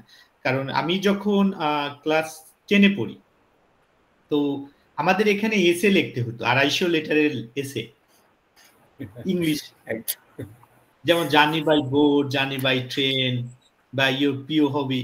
তো আমাদের এক স্যার ছিল কালাম স্যার, উনি এসে ওই একটা নোটবুক ছিল, ওইটা ধরে লাইন ধরে ধরে আমাদের বলতে হতো মুখস্থ। তো এখানে লাইনের একটু একা বেঁকা হলে একজন করে এক একটা বাড়ি দিত। এটা হচ্ছে মানে আমি বলতেছি যে তখনকার সিস্টেম। কিন্তু আপনি নিজে থেকে থিঙ্কিং আকারে লিখবেন মনের দিক থেকে, এটা অনেক শিক্ষক নেয় না। যার ফলে এই ওপেন বুক এক্সাম ইউরোপে যেটা আছে, এটা থিঙ্কিংকে, আপনার মেধাকে বিকশিত করার জন্য যে কাজগুলো থাকে, এরা এইগুলোকে প্রাধান্য দিয়ে থাকে। বাট আমাদের সাউথ এশিয়ান অনেক শিক্ষাবিদগুলো এটাকে অ্যাকসেপ্ট করে, আবার অনেকে অ্যাকসেপ্ট করে না। যেমন আমাদের বাংলাদেশের নতুন কারিকুলাম সিস্টেমে একটা এখানে একটা জিনিস অ্যাড করেছে, যারা ইন্টারমিডিয়েটেও ফেল করবে, মানে 1 সাবজেক্ট বা 2 সাবজেক্টে, বা এসএসসিতে ফেল করবে, তারাও মানে বিশ্ববিদ্যালয়ে ভর্তি হতে পারবে, পরে তারা এক্সাম দিয়ে নিয়ে নেবে। কিন্তু এটা কিন্তু ইউরোপে নাই। আপনি ফেল মানে ফেল, আপনাকে অন্য সাবজেক্টে যেতে হবে বা অন্য কিছু করতে হবে। তো আমি মনে করি বাংলাদেশে এই ওপেন বুক এক্সামটা যদি চালু করে, বা সাউথ এশিয়ান, এটা একটা ভালো কনসেপ্ট। আমি জানি না বাংলাদেশের শিক্ষাবিদ বা অন্য শিক্ষাবিদগুলো এটাকে নেবে কিনা, বাট ইউরোপে এটা আছে, এটা সুন্দরভাবেই নাই। ধন্যবাদ স্যার।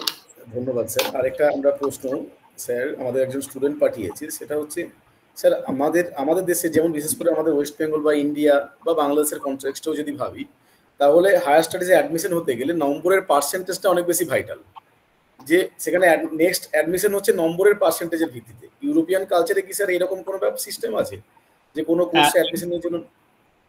ইউরোপে এখানেও র্যাঙ্কিং কলেজ আছে, র্যাঙ্কিং বিশ্ববিদ্যালয় আছে, এখানে ভর্তি হতে হলেও এই ধরনের পয়েন্ট লাগে। বাট আমাদের যে ভর্তির যুদ্ধ হয় বাংলাদেশে বা সাউথ, আপনি মানে ওয়েস্ট বেঙ্গলে, যে ঢাকা বিশ্ববিদ্যালয়ে ভর্তি হতে হলে আপনাকে এক্সাম দিতে হয় 3 ঘন্টায়, তারপর আপনার অনেক প্রশ্নের ভিতরে পাশ করে দিতে হয়, এই ধরনের এক্সাম থাকে না এখানে। সামান্য এক্সাম থাকে, যে যে ধরনের সাবজেক্ট নিতে চান আগে থেকেই এই সাবজেক্টের উপর ফোকাস করা হয়। তবে হ্যাঁ, এখানে কিছু কিছু পয়েন্ট আছে, আপনার ইংলিশে পয়েন্ট কালেক্ট করা হয়, ফিজিক্সে পয়েন্ট কালেক্ট করা হয়, আপনার আর্টে পয়েন্ট কালেক্ট করা হয়। এইভাবে পয়েন্ট কালেক্ট করে আপনার সর্বোচ্চ যে পয়েন্টটা হলো অ্যাপ্লাই করার পর এরা এই পয়েন্টের ভিত্তিতে এদের অ্যাডমিশন হয়ে থাকে। তবে আমাদের বাংলাদেশ বা ইন্ডিয়ার মতো যে ধরনের ভর্তি পরীক্ষা দিতে হয়, এই ধরনের হয় না। সিম্পল এক্সাম্পল স্যার এই প্রসঙ্গে আরেকটা যদি আমি মানে প্রশ্ন মনে আসছে, যে ধরুন আমাদের দেশে কেউ যদি মাস্টার্স করে, সাপোজ ইন্ডিয়া বা বাংলাদেশে কেউ মাস্টার ডিগ্রি কমপ্লিট করলো, তারপর কি ইউরোপিয়ান কান্ট্রিগুলোতে বা এই পোল্যান্ডে গিয়ে সে রিসার্চের বা পিএইচডি কাজ করতে পারে? অবশ্যই। সেক্ষেত্রে আমাদের দেশে যেমন স্যার নেট সেট একটা প্রসেস আছে, নেট পাস করা ম্যান্ডেটরি রিসার্চের জন্য। সেক্ষেত্রে ইউরোপে কি এরকম কোনো কালচার আছে যে কোনো এক্সামিনেশন যার জন্য রিসার্চের জন্য এলিজিবল হবে? না, আমাদের দেশে যারা মাস্টার্স পাস করে তারা সরাসরি পিএইচডি তে অ্যাপ্লাই করতে পারে। পিএইচডির জন্য আপনার ওই অন্য রিসার্চের প্রয়োজন নেই। পিএইচডির জন্য আপনার যে বিষয়গুলো দরকার, সুন্দর একটা রিসার্চ প্রপোজাল, আপনাকে রিসার্চ প্রপোজাল তৈরি করতে হয় এবং আপনাকে একজন সুপারভাইজার বের করতে হয়। যদি কোনো সুপারভাইজার আপনাকে রিকমেন্ড করে যে I will take you will do the PhD under my supervision, তাহলে সেই স্টুডেন্ট অ্যাপ্লাই করতে পারে। বাট এখানে আগে কিছু বিষয় আছে, যেমন আপনার আর্টিকেল পাবলিশ থাকলে ভালো হয়, যদি আপনার কোনো আর্টিকেল থাকে। তারপর আপনার রিসার্চ পেপারটা অনেক সুন্দর হতে হয়, মানে এখানে আপনার পুরোপুরি রিসার্চ প্ল্যানটা থাকতে হয়, আপনি কোন ধরনের রিসার্চ করবেন, রিসার্চ মেথোডোলজি সহ, রিসার্চ কোশ্চেন সহ, রিসার্চ অবজেক্টিভ সহ রিসার্চ প্রপোজালটা তৈরি করতে হয়। সরাসরিভাবে অ্যাপ্লাই করতে পারে, অন্য ধরনের রিসার্চ প্রয়োজন হয় না। অশেষ ধন্যবাদ এবং কৃতজ্ঞতা স্যার। এবং সেই সঙ্গে সঙ্গেই আজকের আমাদের যে আলোচনা সেটাকে আমি ওপেন করছি, যদি আমাদের যারা এক্সপার্ট আছেন এবং আমাদের যারা স্টুডেন্ট আছে সবার জন্য যদি কারোর কোনো প্রশ্ন বা কোনো সাজেশন থাকে আপনারা চ্যাট বক্সে লিখবেন বা আনমিউট করে প্রশ্ন করবেন। আমরা প্রথম যে সাজেশনটা নেব, আমাদের মধ্যে উপস্থিত আছেন আমাদের একদম আলাপনের শুরুর প্রথম পর্বের মুখ্য আলোচক অধ্যাপক অলোক কুমার ব্যানার্জি মহাশয়, প্রাক্তন ভাইস চ্যান্সেলর, কল্যাণী ইউনিভার্সিটি। আমি স্যারকে অনুরোধ করব আজকের এই আলোচনা প্রসঙ্গে যদি কোনো সাজেশন বা কোনো মন্তব্য করেন, প্লিজ স্যার। আমি এতদিন যে আলোচনা আলাপনে শুনে আসছি, আজকে সেই আলোচনাটা একটু অন্য ধরনের হয়েছে, ব্যতিক্রমী বলা যায়, কিন্তু ইনফরমেটিভ। এবং আমি যেটা বলেছিলাম যে এই ধরনের আলোচনা নিশ্চয়ই ইনফরমেশন যেখানে অনেক বেশি আছে, বিশেষ করে জব অপরচুনিটির ক্ষেত্রে, এবং সার্বিকভাবে যে আমাদের যারা এই আলোচনার মুখ্য শ্রোতা তারা হচ্ছে under graduate student, post graduate student, এবং এদের কাছে চাকরির বাজার বা চাকরির ইনফরমেশনের সম্পর্কে বা অপরচুনিটি সুযোগ কেমন আছে সেটা জানা খুব জরুরি ছিল। সেই হিসেবে আজকের এই আলোচনা অত্যন্ত তাৎপর্যপূর্ণ, সময় উপযোগী বলবো, এবং এই উনি সুন্দর করে অনেক তথ্য দিয়েছেন। আমার আশা করি ছাত্ররা এটার দ্বারা উপকৃত, যারা বিশেষ করে এই বিদেশে পড়তে যাওয়াটা তো এমনি সকলের হয় না, অনেক জিনিসগুলো ফ্যাক্টর থাকে, তার মধ্যে প্রবলভাবে যেটা থাকে সেটা হচ্ছে নিজের ইচ্ছাটা এমন, সেই ইচ্ছাটা জোরালো হলেই উপায়গুলো আস্তে আস্তে খুলে যায়। সবসময় যে টাকাটা একটা ফ্যাক্টর এমন নয়, আজকাল প্রচুর ব্যাংক লোন নানানভাবে পাওয়া যায়, যেগুলো থেকে বিদেশে পড়ার সুযোগ পেলে সেটাকে ফুলফিল করা যায়। সেই জন্যে অপরচুনিটিগুলো শোনা বা জানাটা খুব জরুরি ছিল। আপনাকে অনেক ধন্যবাদ এই সুন্দর বিষয়গুলো বা প্রয়োজনীয় বিষয়গুলো তুলে ধরার জন্য। ধন্যবাদ। ধন্যবাদ আপনাকেও স্যার। এতক্ষণ আমরা সাজেশন শুনলাম। আমাদের মধ্যে যিনি ছিলেন অধ্যাপক অলোক কুমার ব্যানার্জি মহাশয়, কল্যাণী বিশ্ববিদ্যালয়ের প্রাক্তন উপাচার্য। তিনি আমাদের একদম শুরুর থেকে আছেন এবং আমাদের অ্যাডভাইসারি মানে বোর্ডের প্রধান হিসেবে কাজ করছেন, এবং স্যারদের সাজেশন নিয়ে আমরা এগিয়ে চলছি। আমি এরপর ডক্টর কেশবচন্দ্র গোপ স্যারকে অনুরোধ করবো যে পরবর্তী সেশনটা পরিচালনা করার জন্য, প্লিজ স্যার। নমস্কার স্যার। ইতিমধ্যে হ্যান্ড রেজ করেছেন অভিজিৎ দেব স্যার, আপনি আনমিউট করে কিছু বলুন।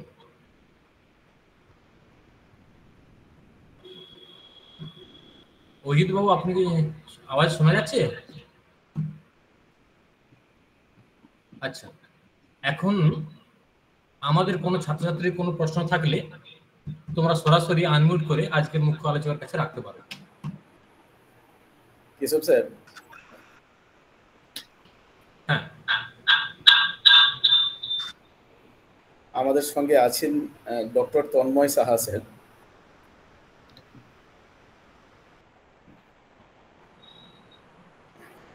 নমস্কার।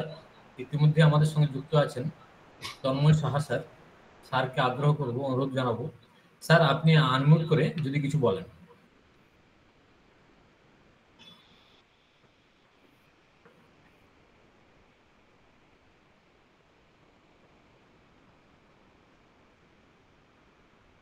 তন্ময় সাহা স্যার, আপনাকে অনুরোধ করছি স্যার, আপনি আনমিউট করে আজকের আমাদের আলোচনা সভায় কিছু বলুন।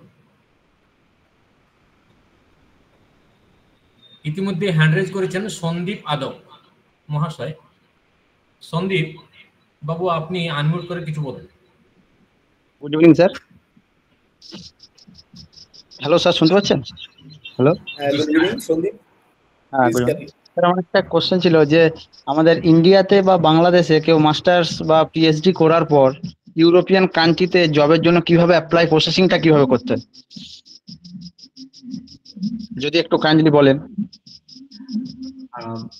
আপনি পিএইচডি পর যদি অ্যাপ্লাই করতে চান, সরাসরি আপনি ইউনিভার্সিটিতে অ্যাপ্লাই করতে পারবেন। ইউনিভার্সিটির বিভিন্ন লিঙ্ক থাকে, বিভিন্ন মনে করেন আপনি একটা ইউনিভার্সিটি দেশ সিলেক্ট করলেন, এক্সাম্পল আমি পোল্যান্ড হচ্ছে পোল্যান্ডে, তা আপনি এখানে এসে একটা বিষয় চেক করবেন যে কতগুলো বিশ্ববিদ্যালয় আছে, গভর্নমেন্ট বিশ্ববিদ্যালয় বা প্রাইমারি বা প্রাইভেট বিশ্ববিদ্যালয় আছে। এই বিশ্ববিদ্যালয়ের সরাসরি ওয়েবসাইটে যদি আপনি যান, ওখানে জব অফার গুলো থাকে, আপনি এখান থেকে জব অফার গুলো দেখে অ্যাপ্লাই করতে পারেন।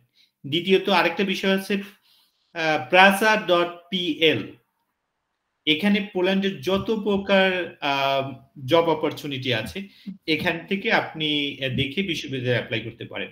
আরেকটা ওয়েবসাইট আছে, সেটা হচ্ছে ইউরো এক্সপ্রেস। এখান থেকে আপনি যে কোনো ধরনের জব, শুধু বিশ্ববিদ্যালয় না, যে কোনো ধরনের জব আপনি এই ওয়েবসাইটের মাধ্যমে সার্চ করে অ্যাপ্লাই করতে পারেন। তৃতীয়ত আরেকটা জব ওয়েবসাইট হচ্ছে ইউনি জব লিঙ্ক, আপনি এটার মাধ্যমে ইউরোপে অ্যাপ্লাই করতে পারেন। আপনি যদি ইউকে তে অ্যাপ্লাই করতে চান তাহলে অ্যাপ্লাই করতে পারেন jobac.uk, jobac.uk। এই ওয়েবসাইটে বিভিন্ন জবের অপশন থাকে, মানে কোম্পানিগুলো ওদের সার্কুলার গুলো দিয়ে থাকে, এখান থেকে দেখে সরাসরি আপনি জবের জন্য অ্যাপ্লাই করতে পারেন। বা read.ac.uk, এখানকার মাধ্যমে আপনি ইউকেতে বা ইউরোপের বিভিন্ন দেশে জবের জন্য অ্যাপ্লাই করতে পারেন। মাস্টার্স যারা পাস করেছেন বিভিন্ন ক্ষেত্রে, তবে ইউরোপে এখন খুবই ডিমান্ড হচ্ছে টেকনোলজিতে। আপনাদের ইন্ডিয়া বা বাংলাদেশের প্রচুর মানুষ টেকনোলজি ক্ষেত্রে বা আইটিতে কাজ করে থাকে ইউরোপে। আপনাদের ইন্ডিয়ার যে সিও মানে গুগলের, উনি ইন্ডিয়ান, এবং আমার শহরে যেখানে থাকি এখানে ইন্ডিয়ান প্রচুর ইন্ডিয়ান কাজ করে আইটিতে, বা বাঙালিরা কাজ করে ব্যাংকে। এই সব জবের জন্য আমি যে লিঙ্কগুলো আপনাকে বললাম, বা আমি লিঙ্কডিন একটা আছে, মানে প্রফেশনাল যে সাইট, এখানে যেও আপনি চেক করতে পারেন জবের জন্য। লিঙ্কডিন, এখানে যে জব সার্চ দেবেন, মনে করেন আপনি অ্যাকাউন্টসেন্টে অ্যাপ্লাই করবেন, আইটিতে অ্যাপ্লাই করবেন, ওখানে যে ওদের অপশনগুলো থাকে, তবে সিভিটা একটু স্ট্রং করেন, মানে আপনার অ্যাড্রেস, আপনার ইমেল বা আপনার এক্সপেরিয়েন্স, কোন ধরনের ল্যাঙ্গুয়েজ আপনি পারেন, অবশ্যই ইংলিশ, তাই ইংলিশের সিভিটা ওখানে ড্রপ করবেন। তো এইসব যেসব ওয়েবসাইটের নামগুলো আমি বললাম, যদি এখানে সার্চ দিয়ে দেখেন বা ওখানে অ্যাপ্লাই করেন, তাহলে আশা করি ইউরোপিয়ান দেশগুলো আপনাকে হায়ার করতে পারে। আশা করি। স্যার আরেকটা কোশ্চেন আছে। জি, হ্যাঁ, থ্যাংক ইউ স্যার। আরেকটা কোশ্চেন স্যার, আপনার ওই আমাদের ইউরোপিয়ান কান্ট্রিতে আমাদের ফিজিক্যাল এডুকেশন মানে কেমন প্রভাব, কেমন ওইদিকে, মানে ওই কান্ট্রিতে আমাদের ফিজিক্যাল এডুকেশনে? ইউরোপিয়ান দেশগুলোতে ফিজিক্যাল এডুকেশনের অনেক ডিমান্ড আছে। দেখেন এই দেশের যত স্পোর্টম্যান গুলো আছে, এরা কিন্তু বিভিন্ন বিশ্বের দেশ থেকে কিন্তু ধার করে নিয়ে আসে। তো এই ইউরোপিয়ান দেশগুলোতে ফিজিক্যাল এডুকেশনের অনেক ডিমান্ড। যেমন আমার কলেজে একটা সাবজেক্ট আছে যেটা হচ্ছে ডিসএবিলিটি অ্যাসিস্ট্যান্ট। তো আমরা ওই যে ফিজিক্যাল এডুকেশন নিয়ে কথা বলে থাকি বা আমাদের করে থাকি, তাই এখানে হিউজ ডিমান্ড। আচ্ছা, থ্যাংক ইউ স্যার। ধন্যবাদ। ধন্যবাদ স্যার আপনাকে। ইতিমধ্যে আমাদের চ্যাট বক্সে একটা প্রশ্ন এসেছে। মোহাম্মদ দুলাল লিখেছেন, স্যার আমি যদি কলেজে অ্যাপ্লাই করতে চাই তাহলে আমাকে কি কোনো এজেন্সির সাহায্য নিতে হবে? এখন ডিপেন্ড করে আপনার উপরে। আপনি যদি ভালো শেফ হন, আপনি নিজে রান্না করতে পারবেন। আর আপনি যদি রান্না না করতে পারেন, আপনার তো কাজের লোক রাখতেই হবে। তাতে আপনি যদি এক্সপার্ট হয়ে থাকেন তাহলে আপনি নিজে নিজে অ্যাপ্লাই করতে পারবেন, আর এক্সপার্ট না হলে অন্য লোক দিয়ে অ্যাপ্লাই করতে হবে। আশা করি আপনি আপনার প্রশ্নের উত্তর পেয়েছেন। অনেক অনেক ধন্যবাদ স্যার আপনাকে। আর যদি কারো কোনো প্রশ্ন থাকে আমাদের ছাত্রছাত্রীদের, হ্যান্ড রেজ করেছেন বিপ্লব রায়। স্যার আমি একটা ইউটিউবে দেখছিলাম যে জার্মানিতে কয়েকটা আর কি সংগঠন আছে যারা আর কি ভারত বা বাংলাদেশ থেকে ছেলেদের কিভাবে যেতে হবে এই ব্যাপারে সাহায্য করে, পড়াশোনার হোক বা চাকরির ক্ষেত্রে। এদের কিভাবে এদের সাথে যোগাযোগ করা যায় দেশে ছেলেদের সাহায্যের জন্য? আসলে এই বিষয়ে আমার কোনো ধারণা নেই, কারণ আমার একটা কলেজ আছে, ব্রিটিশ গ্রাজুয়েট কলেজ, আর এই দেশে সরাসরি আপনি যদি লেখাপড়া করতে চান বা জব নিতে চান তাহলে ওই কোম্পানিতে আপনি সরাসরি ইমেল করতে পারেন। আপনি যদি কোনো বিশ্ববিদ্যালয়ে অ্যাপ্লাই করতে চান সরাসরি ইউনিভার্সিটিতে ইমেল আছে ওদের ওয়েবসাইটে, ওখানে যে আপনি অ্যাপ্লাই করতে পারেন। বা কোনো কোম্পানি যদি সার্কুলার দিয়ে থাকে তাহলে সরাসরি ওই কোম্পানিতে আপনি ইমেল করে তথ্য নিয়ে অ্যাপ্লাই করতে পারেন। তবে যে ইউরোপীয় অনেক ধরনের ভুয়া কোম্পানি আছে বা প্রতিষ্ঠান আছে, অনেক গ্রুপ আছে যারা আপনাদেরকে ভুল তথ্য দিয়ে আপনাদের কাছে টাকা বা অন্য কিছু দাবি করতে পারে, সেতে পারে। অতএব আপনারা অ্যাপ্লাই করার আগে বা কারোর সাথে কথা দেওয়ার আগে চিন্তা করে কাজ করবেন, তাহলে আশা করি আপনারা সফল হবেন। ধন্যবাদ।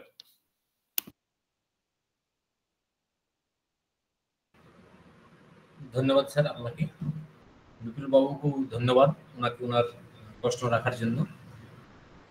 এবার আমরা একদম অন্তিম দিকে পৌঁছে এসেছি আজকে ধন্যবাদ জ্ঞাপন। তার আগে যদি কারো সাজেশন বা কোনো প্রশ্ন থাকে। কেশব স্যার। হ্যাঁ স্যার, ধন্যবাদ জ্ঞাপনের আগে আমাদের সঙ্গে আছেন ডক্টর সুব্রত মল্লিক স্যার।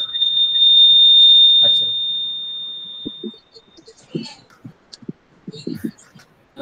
আমাদের সঙ্গে উপস্থিত আছেন স্পোর্টস মেডিসিনের doctor, sports authority of India retired doctor but not tired. 29 বছর স্পোর্টস অথরিটি অফ ইন্ডিয়াতে ডক্টর হিসেবে সেবা দিয়েছেন। এখন আমাদের প্রতিটি এপিসোডে উপস্থিত থাকেন, আজকে উপস্থিত আছেন। প্রথমে ক্ষমা চেয়ে নিচ্ছি স্যার, আপনার নাম নিতে প্রথমে একটু ভুল হয়েছিল। স্যারকে আগ্রহ করব আজকের আলোচনা সভায় কিছু বলার জন্য। স্যার। নমস্কার, শুভ সন্ধ্যা সবাইকে। আর পার্টিকুলারলি আমাদের যিনি স্পিকার ছিলেন ডক্টর মোহাম্মদ হোসেন আলম, খুব সুন্দর স্পিচ শুনলাম, ভাল লাগলো। তো হায়ার এডুকেশন তো আমিও করেছি, তবেই না মেডিকেলে ঢুকতে পেরেছি।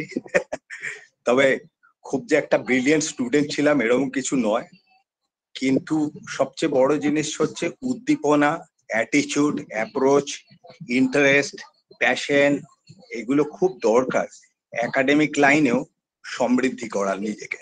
তো সেই জায়গাটায় আমার মনে হয় কিছুটা ল্যাকিং হচ্ছে, কারণ এখনকার দিনের সমাজে আপনার বাংলাদেশেও আপনি বললেন এবং আমাদের ইন্ডিয়াতেও আছে, our vision are getting diverted by some external pressures. External pressure গুলো বললেন, খুব ভালো লেগেছে আমার। পলিটিক্যাল লেভেলের প্রেশার, সাম ইনফ্লুয়েন্সেস, আদার মানে ইনফ্লুয়েন্সেস যেগুলো খুব ক্যারি করে, করাপশন ক্যারি করে, বা এগুলো থেকে, এই নোংরা থেকে আমাদেরকে বাইরে বেরিয়ে আসতে হবে, তবেই academically we can succeed to a better level. I think in south Asia totally যেসব দেশ সমৃদ্ধ করছে খুব ভালো, কিন্তু তাদের মধ্যেই দেখা যায় যে এই particular political involvement, other sorts of corruptional involvement এগুলোতে কম আছে এডুকেশন একাডেমিক জায়গা, যেটা আপনি বললেন। এবং আরেকটা জিনিস হচ্ছে, আমরা যেহেতু মানে poor economical status majority of people, আমি আপনার বাংলাদেশে জানি না, মনে হয় বাংলাদেশেও তাই, কারণ বাংলাদেশ আর ওয়েস্ট বেঙ্গলের দুটো একই অবস্থা প্রায়, কারণ পুয়ার স্ট্যাটাস অফ পিপল প্রচুর আছে এবং তাদের যে অ্যাফোর্ডেবিলিটি আছে ইকোনমিক্যাল, যাতে কি তারা টেকনিক্যাল ফেসিলিটি গুলোকে ব্যবহার করতে পারবে, কম্পিউটার থেকে শুরু করে আরো উন্নত জায়গায়।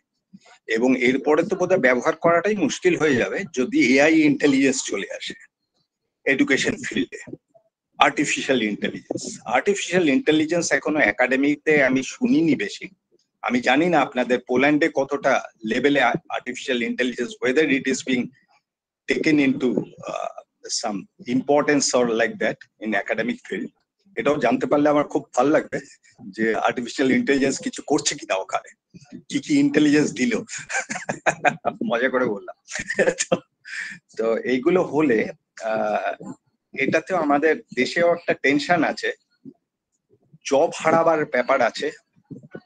শুধু ইউরোপে নয়, আপনার আমেরিকা, ইউরোপ, আপনার হোল ওয়ার্ল্ডে একটা জব হারানোর ব্যাপার, একটা টেনশন অ্যাংজাইটি আমার মনে হয় সবার মধ্যেই চলছে।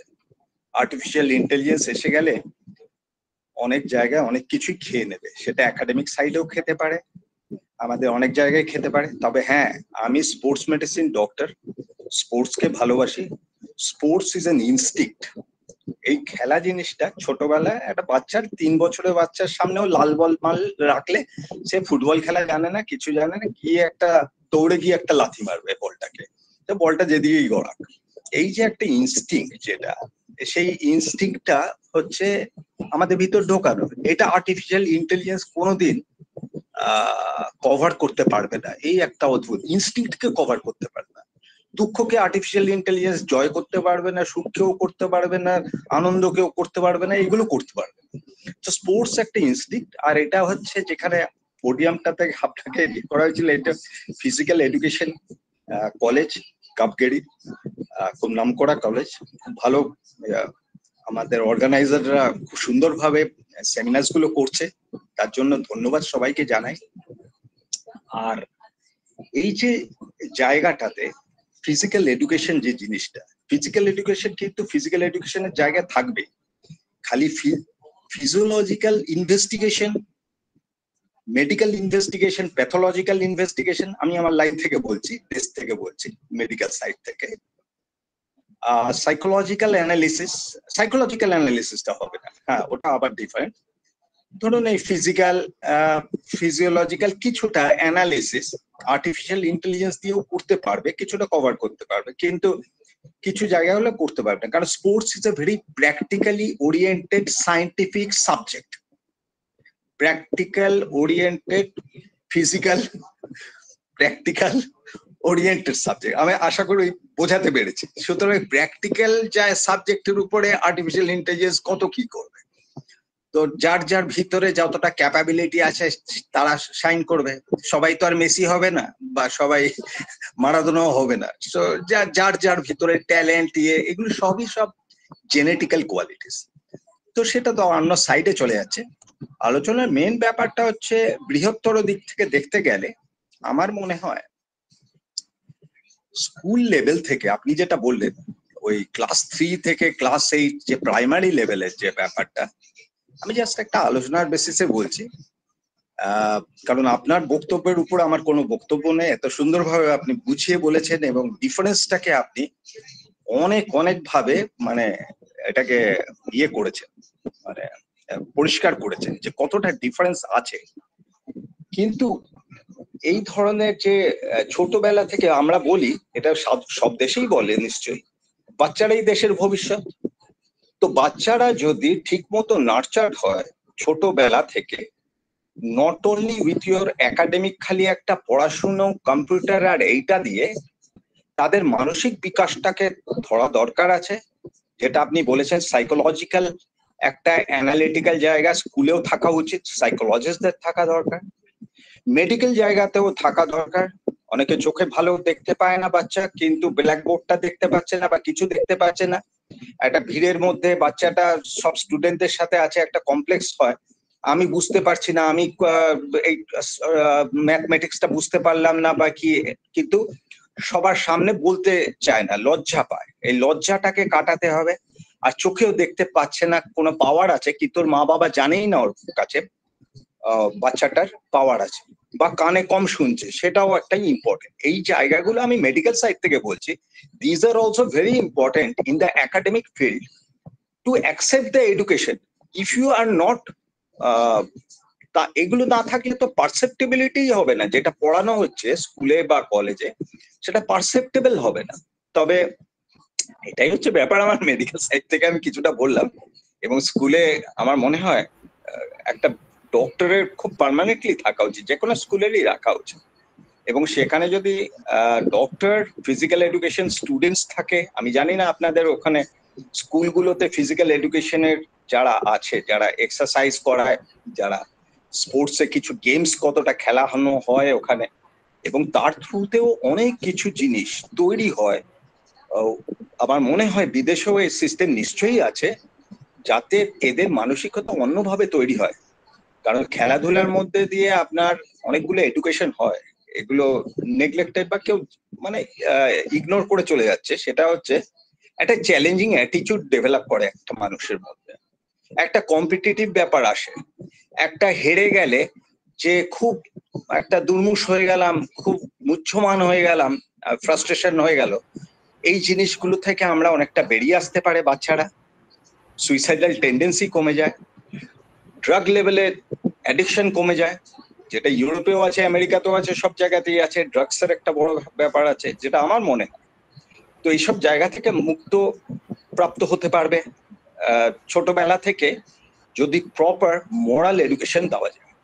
আর আমাদের দেশ হচ্ছে স্বামী বিবেকানন্দ, রামকৃষ্ণ পরমহংস, রবীন্দ্রনাথ ঠাকুর, কাজী নজরুল ইসলাম কে নেই?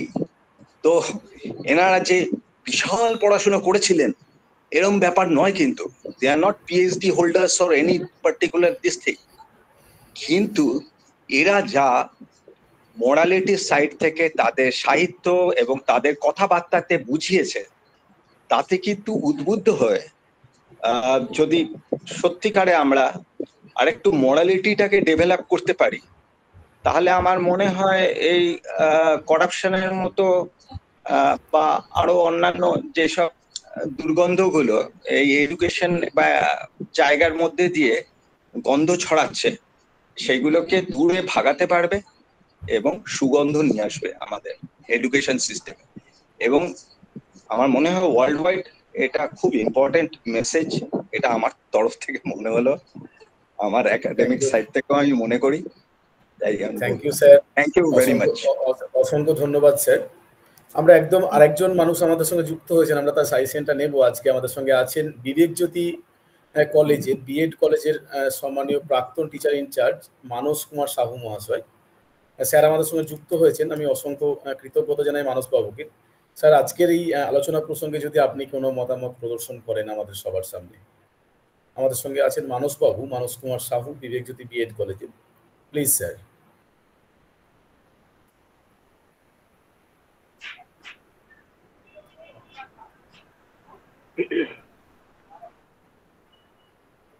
স্যার, উপস্থিত সবাইকে অসংখ্য ধন্যবাদ, যারা আজকের এই প্রোগ্রামটি অর্গানাইজ করছেন, যিনি স্পিকার আছেন এবং তৎসহ আমি আজকে প্রথম এই সেশনটাতে জয়েন করলাম। যিনি আমাকে আজকে এই বলার জন্য কিছু বললেন। আজকে বিকেলেই ওনার সঙ্গে আমার সঙ্গে দু একটা কথা হয়েছিল, তো সেই প্রসঙ্গে উনি বলেছিলেন আমাকে যে স্যার আমাদের এরকম একটা প্রোগ্রাম চলছে, তো কাইন্ডলি যদি আপনি একটু থাকেন বা শোনেন। আমি বললাম ঠিক আছে, এটা তো খুবই ভালো কথা।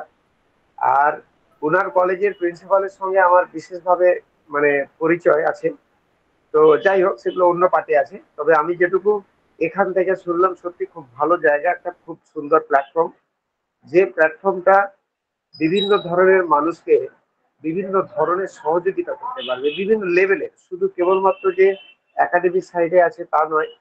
যিনি আমাদের স্পিকার আছেন হোসেন স্যার, স্যারকে নমস্কার। তো স্যার যে পয়েন্ট আউটগুলো করলেন, যে চাকরি বাকরির ক্ষেত্রে, পড়াশোনার ক্ষেত্রে, সত্যি সত্যি আমরা যে পশ্চিমবাংলা বলুন তথা ভারতবর্ষ তথা আমি বাইরেরটা অত বলতে পারবো না, তো যে জায়গাগুলোতে আমরা যে দুশ্চিন্তা, যে অসহযোগিতা বা যেরকম ভাবে সমস্যার সম্মুখীন হচ্ছি, সত্যি সত্যি সেই সব সমস্যা থেকে আমাদের আজকের যে সমস্ত ছেলেমেয়েরা, যেহেতু আমি বিএড কলেজে একজন আছি, তো সে কারণে আমাদের কাছে যে সমস্ত স্টুডেন্টগুলি থাকে, তারা যে এজে থাকে, হোসেন স্যার যেটা বললেন যে দেখুন, প্রত্যেকটি মানুষের একটি কাজ একটা নির্দিষ্ট সময় হওয়া ওটা খুবই বাঞ্ছনীয়।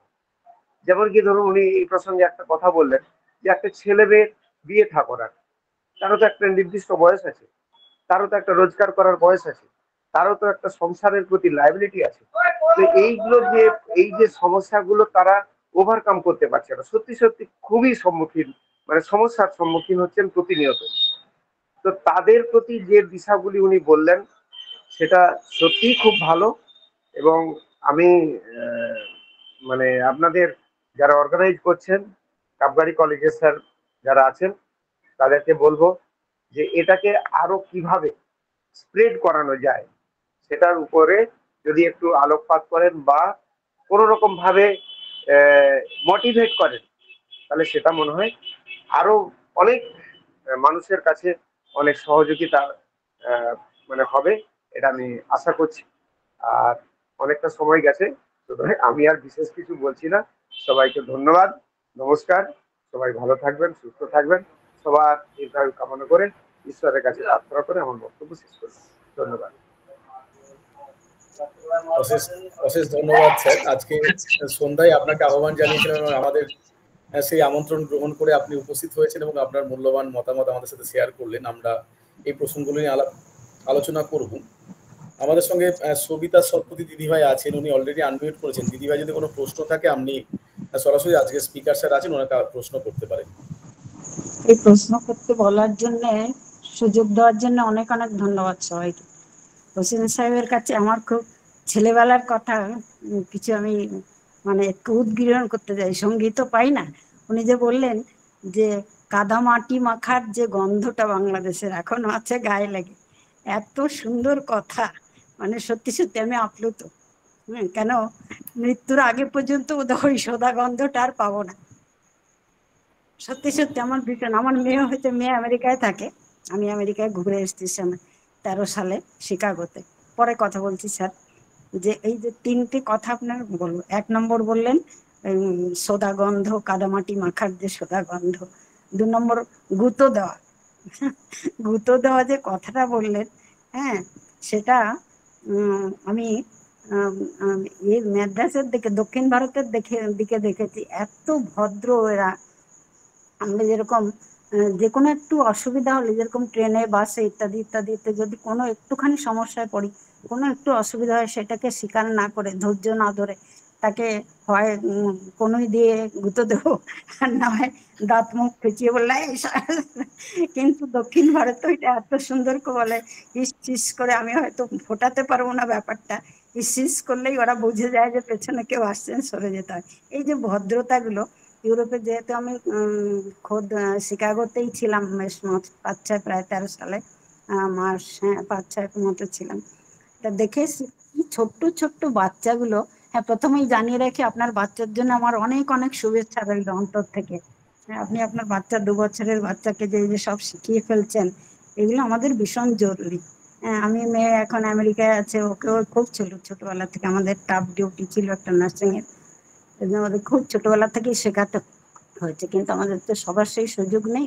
হ্যাঁ, অন্ধ স্নেহ আমরা এতভাবে পোষণ করি মায়েরা, বিশেষ করে, যার জন্য ছেলেমেয়েরা ঠিক পথে আসে না। আমি 2000 সালে মণিপুরে, আমি এখনো ভেটারেন স্পোর্টস অ্যাসোসিয়েশন খেলাধুলা করি, অল ইন্ডিয়া মাস্টার অ্যাথলেটিক্স অ্যাসোসিয়েশনে। তাই ওই ব্যাপারটা মণিপুরে আমি দেখেছি। বাইচুংরা যেখানে মানুষ হয়েছে, অত উঁচু পাহাড়ের উপরে সুইমিং পুল রয়েছে, 3 বছরের বাচ্চাকে ওরা অনেক দূরে ছুড়ে দেয়। হ্যাঁ, তার সঙ্গে যে পোলিং ইয়েরা থাকে তাদের করার জন্য, যখন হ্যাঁস করে জল খেয়ে খুব কষ্ট হয়, তখনই ওকে তোলে। এই যে পরিশ্রম করার টেন্ডেন্সিটা, আমাদের তো মনের মধ্যেই ওরা জায়গা দিতে পারবো না। এই যে কথাগুলো আপনি বললেন, আর একটা কথা যেটা বললেন যে ধার করা ব্যাপারটা, আমি আমেরিকাতে যখন গিয়েছিলাম দেখেছিলাম যে ওরা যারা স্পোর্টসের সঙ্গে যুক্ত, তারা কিন্তু সত্যি সত্যি ধার করেই চালায়। এবং আমার বিশ্বাস যে আমাদের ভারতীয় যত সংস্কৃতি আছে, কালচারাল থেকে আরম্ভ করে, স্পোর্টস থেকে শুরু করে, সমস্ত কিছুই কিন্তু বিদেশিরা ধার করে। শুধু ইউরোপ কান্ট্রি নয়, সারা পৃথিবীর অনেকেই ভারতীয় অনেক কিছু ধার করে। যেরকম বিশেষ করে যোগ ব্যায়ামের কথা এখন যেটা বলবো, যেটা ইমিউনিটি পাওয়ারকে সত্যি সত্যি বাড়ায়, এবং আমাদের যে ডিঅক্সিজেন হওয়ার যে ল্যাক অফ অক্সিজেন হওয়ার যে এটা প্রবণতা বাড়ছে আবহাওয়া চেঞ্জ হওয়ার জন্য, সেটাও খুব ভালোভাবে মেনটেন হয়। এবং আমাদের দেশটাকে নিয়ে সবাই শেখে, কিন্তু আমরাই অন্ধ। আমরা বুঝি না, আমরা চিন্তাই করি না। যেরকম ধরুন, আমি বাংলাদেশে গেছিলাম 17 সালে খেলতে, তা অনেকের সঙ্গে আমার চঞ্চল উদ্দিন ওদের ইয়ে আছেন, নিজের ওনার চ্যানেল রয়েছে, আমাকে বলেছিলেন যেতে, আমি গিয়েছিলাম কিন্তু সেরকম ভাবে পার্টিসিপেট করতে পারিনি ওদের সঙ্গে। তারপরে 8 জন মহিলা ছিলেন যারা মিলিটারি ম্যান আর কি। যাই হোক, স্পোর্টস এর অনেকের সঙ্গে আমার বাংলাদেশের সঙ্গে খুব এখনো সম্পর্ক রয়েছে, কিন্তু ইউরোপ যে সত্যি সত্যি ধার করে নিয়ে আমাদের ভারতবর্ষ থেকে অনেক সম্পদ নিয়ে চালায় ওরা, যেরকম ধরুন কোহিনুর মনিটা ওইভাবে চলে গেল, আমাদের রবীন্দ্রনাথের নোবেল প্রাইজটা ওইভাবে চলে গেল। এই যে প্রবণতা, মল্লিক সাহেব একটা খুব সুন্দর কথা বলেছেন, যদিও ভাষাটা নোংরা কথাটা বলেছেন, আমাদের এডুকেশনের মধ্যে যে নোংরামিটা ঢুকেছে সেটা মনে চিন্তা করা যায় না। আপনি যে আলোচনা করলেন ইউরোপ কান্ট্রির যে এডুকেশন সম্বন্ধে, আমি তো আমার মতামত এটা যে আমরা যেন ওটা স্বর্গ এটা নরক এরকম, যদিও নিজের দেশকে নরক ভাবার ইচ্ছা হয় না, কিন্তু সত্যি সত্যি এত ডাউনে চলে গেছে এডুকেশনের ব্যাপারটা। এরা আমার অনুরোধ, যারা এডুকেশনের লাইনে আছেন তারা এই ব্যাপারে অ্যালার্ট হবেন। আমি বাংলাদেশে গিয়ে দেখেছি, বাংলাদেশে মেডিসিন স্ক্রিপ্ট গুলো পর্যন্ত বাংলায় লেখা। বাংলাদেশ কত পরে স্বাধীনতা পেয়েছে। 71 সালে আমি যখন বাঁকুড়া সম্মেলনে মেডিকেল কলেজে ছিলাম, আমার যে স্টাইপেন্ড ছিল আমি পুরোটাই দিয়ে দিয়েছিলাম এইসব মুক্তিযোদ্ধাদের জন্য। আমার খুব ভালো করে মনে আছে এটা। আমার বান্ধবীরা আমাকে খুব বকেছিল, কেন রে তুই এত দাদাগিরি করতে যাবি, যে কি করে চালাবি সারা মাসটা টিফিন হানাটা। যাই হোক, কিন্তু আমি করেছিলাম। এটা আমার খুব ভালো লেগেছে আর কি। এই যে দেশ সেবার যে প্রবণতাটা, সেটা ভারতীয়দের মধ্যে যেরকম আছে আর কি। এখন আমার ইচ্ছা, যারা স্পোর্টস এর সঙ্গে যুক্ত, বিশেষ করে আমাদের এই কলেজে, যে কলেজ থেকে এই সুন্দর একটা প্ল্যাটফর্ম তৈরি করা হয়েছে, এটা দীর্ঘজীবন কামনা করি, মানে অন্তত 100 সেঞ্চুরিটা করে ফেলুক, এটা আমার শুভেচ্ছা। এটুকু বলে আপনার অনেক অনেক শুভেচ্ছা এবং ভালোবাসা জানিয়ে আমার মেয়ে এখন উটাতে থাকে। উটা থেকে আপনার ওখানকার ডিস্টেন্সটা কিরকম? আমার পাসপোর্ট হয়ে গেছে, ভিসা করতে যেতে পারছি না, আর ছেলেটার হার্ট অপারেশন হচ্ছে, একটা সমস্যা আর কি। ডিস্টেন্সটা একটু স্যার ইউরোপে থাকেন, পোল্যান্ডে। হ্যাঁ, পোল্যান্ড বলছি, উটা থেকে পোল্যান্ডের ইয়েটা কতটা ডিস্টেন্স হবে? আমি সঠিক জানি না, গুগল ম্যাপে দেখে নিলেই হয়ে যাবে আর কি। সঠিক জানি না। ধন্যবাদ আপনাকে, আপনার মতামত। আপনার ছেলেকে দেখার জন্য আমার খুব খুব খুব ইচ্ছা রইল। ধন্যবাদ আপনাকে আপনার মূল্যবান কথাগুলোর জন্য। আমি খুবই খুশি হয়েছি আপনি যে শব্দগুলো ব্যবহার করেছেন। আপনার জন্য শুভকামনা, আপনার সুস্থতা কামনা করছি। এবং সাথে সাথে ডক্টর মল্লিক স্যার যেটা বলেছেন, আপনাকেও অনেক ধন্যবাদ যারা এখানে ছিলেন। ধন্যবাদ সবাইকে। স্যার আপনাকে বলে রাখি লাস্ট একটা পয়েন্ট, যে সবিতা দিদিভাই যিনি কথা বলছিলেন, তিনি very young, only 75 year old, এবং রেগুলারই আমাদের আলাপনের প্রতিটি পর্বে উনি চেষ্টা করেন জয়েন করার। সেই জন্য আমাদের আলাপনের এন্টায়ার টিমের পক্ষ থেকে দিদিভাইকে আন্তরিকভাবে যথাযোগ্য সম্মান কৃতজ্ঞতা জানাই। এবং সেই সঙ্গে সঙ্গে প্রতিবার আপনি আমার 2 বছর কমিয়ে দেন, আমার 77 বছর বয়স। ও sorry, now she is 77। I am extremely sorry দিদি। এবং সেই সঙ্গে মুখ্য আলোচকের অনুমতি নিয়ে আমরা একদমই মানে সমাপ্তি লগ্নের দিকে উপস্থিত হয়েছি। আমি আহ্বান করছি ডক্টর কেশবচন্দ্র গোপ স্যার, আয়োজককারী সম্পাদক, সুস্থ দেহে সুস্থ মন, এই নিয়ে আলাপনের আজকের এই 63তম পর্বে ধন্যবাদ জ্ঞাপনের জন্য। Doctor Gope please.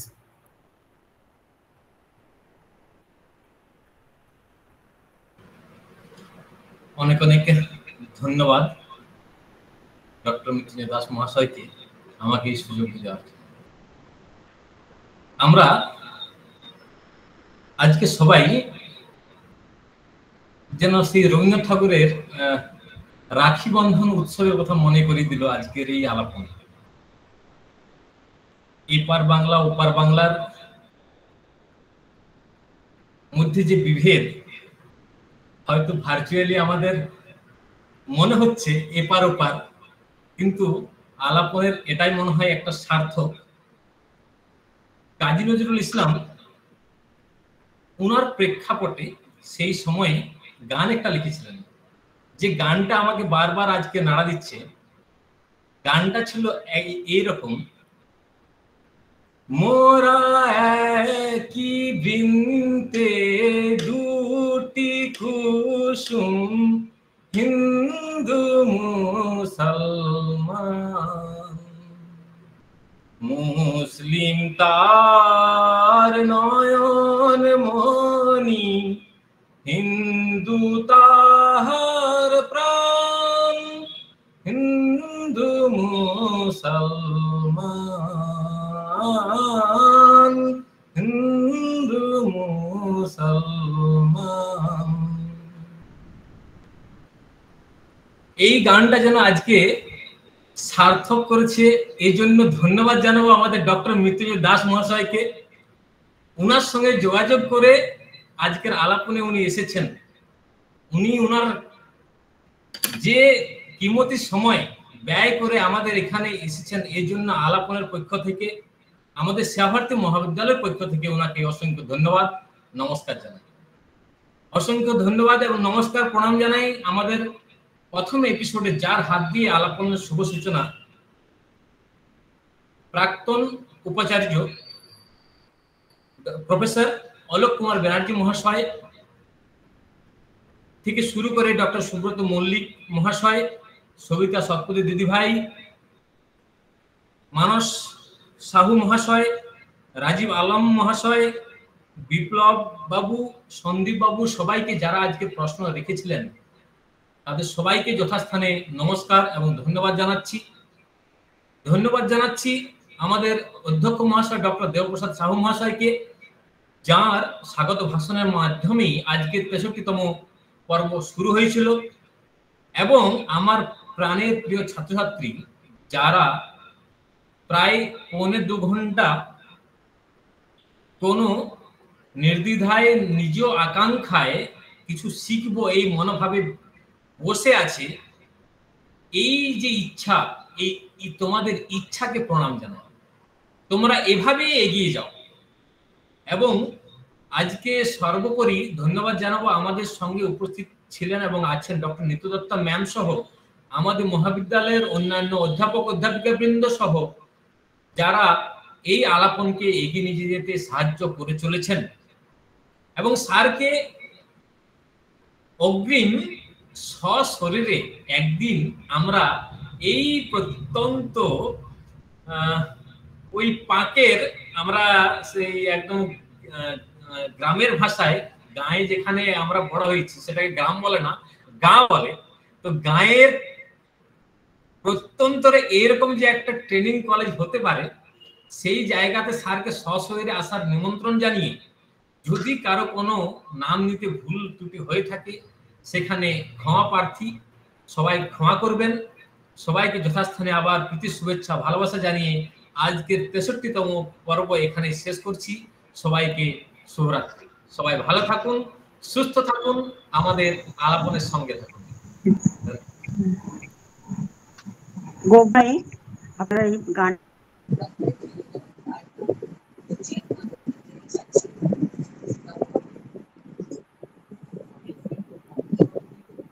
আমি আমার ব্যক্তিগত পক্ষ থেকে আজকের মুখ্য আলোচক হোসেন আলম স্যারকে আন্তরিকভাবে যথাযোগ্য সম্মান, শ্রদ্ধা এবং কৃতজ্ঞতা জানাই যে খুব অল্প সময়ে আল্লাহু আকবার, আল্লাহু আল্লাহু আকবার, আল্লাহু আকবার, আল্লাহু আল্লাহু আকবার, আল্লাহু ও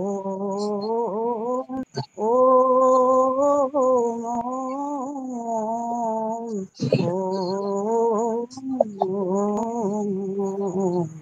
আল্লাহু আকবার, আল্লাহু। ধন্যবাদ। বাংলাদেশে খেলতে গিয়ে অশেষ কৃতজ্ঞতা আরো একবার জানাই সকলকে। একদম আমরা সমাপ্তি লগ্নে উপস্থিত হয়েছি। আজকের মুখ্য আলোচক হোসেন আলম স্যারকে আরো একবার আন্তরিক শ্রদ্ধা এবং কৃতজ্ঞতা জানাই। এবং সেই সঙ্গে গতকালই আমি স্যারকে জানিয়েছি যে সশরীরে আপনি যখনই বাংলাদেশে আসবেন, আমরা একদম প্রত্যন্ত লাগোয়া আপনার বাড়ির কাছাকাছি। এখন তো আমরা মনের কাছাকাছিও এসে গেছি।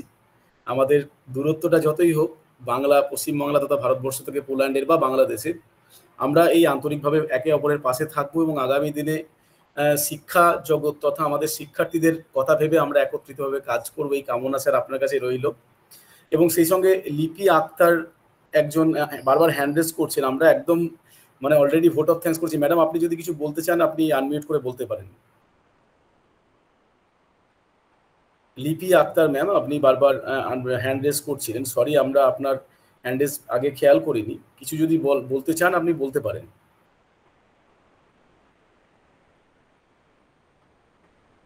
ওকে, অসংখ্য ধন্যবাদ হোসেন স্যারকে, আরও একবার ধন্যবাদ স্যার, আপনি এত অল্প সময়ে আমাদের আন্তরিক অনুরোধ গ্রহণ করে এরকমভাবে আমাদের সঙ্গে প্রায় 2 ঘন্টার সময় ব্যয় করলেন। মানে ভারতবর্ষ থেকে অনেক দূরে থেকেও আপনার বাংলাভাষী মানুষদের প্রতি যে ভালোবাসা, যে আন্তরিকতা, যে ভাষার প্রতি টান, এবং ভাষার প্রতি টানের কারণে মানুষের প্রতি যে ভালোবাসা আপনি আজকে ব্যক্ত করলেন, আমরা সত্যি কৃতজ্ঞ হয়ে রইলাম। আপনাকে ভবিষ্যতে আমরা আরও পাশে পাবো এই কামনা করি। আপনি ভালো থাকুন, সুস্থ থাকুন, আপনার মঙ্গলময় ঈশ্বরের কাছে আপনার দীর্ঘায়ু জীবন কামনা করি, এবং সেই সঙ্গে সঙ্গে আমাদের মহাবিদ্যালয়ের পরবর্তী অনুষ্ঠানে তথা আমাদের সমস্ত অনুষ্ঠানে আপনি যুক্ত হবেন এই কামনা রইল স্যার। নমস্কার স্যার। ধন্যবাদ আপনাদের সবাইকে, বিশেষ করে আপনাকে এবং গুণীজন যারা ছিলেন আন্তরিক ধন্যবাদ। আমি আপনাদের সাথে আছি, থাকবো। British graduate college light for education আপনাদের সাথে কোঅপারেশন করবে। ধন্যবাদ সবাইকে, ভালো থাকবেন। অশেষ ধন্যবাদ স্যার। সকলকে আরো একবার যথাযোগ্য সম্মান, শ্রদ্ধা, কৃতজ্ঞতা জানিয়ে সুস্থ দেহে সুস্থ মনে এই নিয়েই আলাপনের 63তম পর্বের শুভ সমাপ্তি ঘোষণা করছি। শুভরাত্রি, নমস্কার।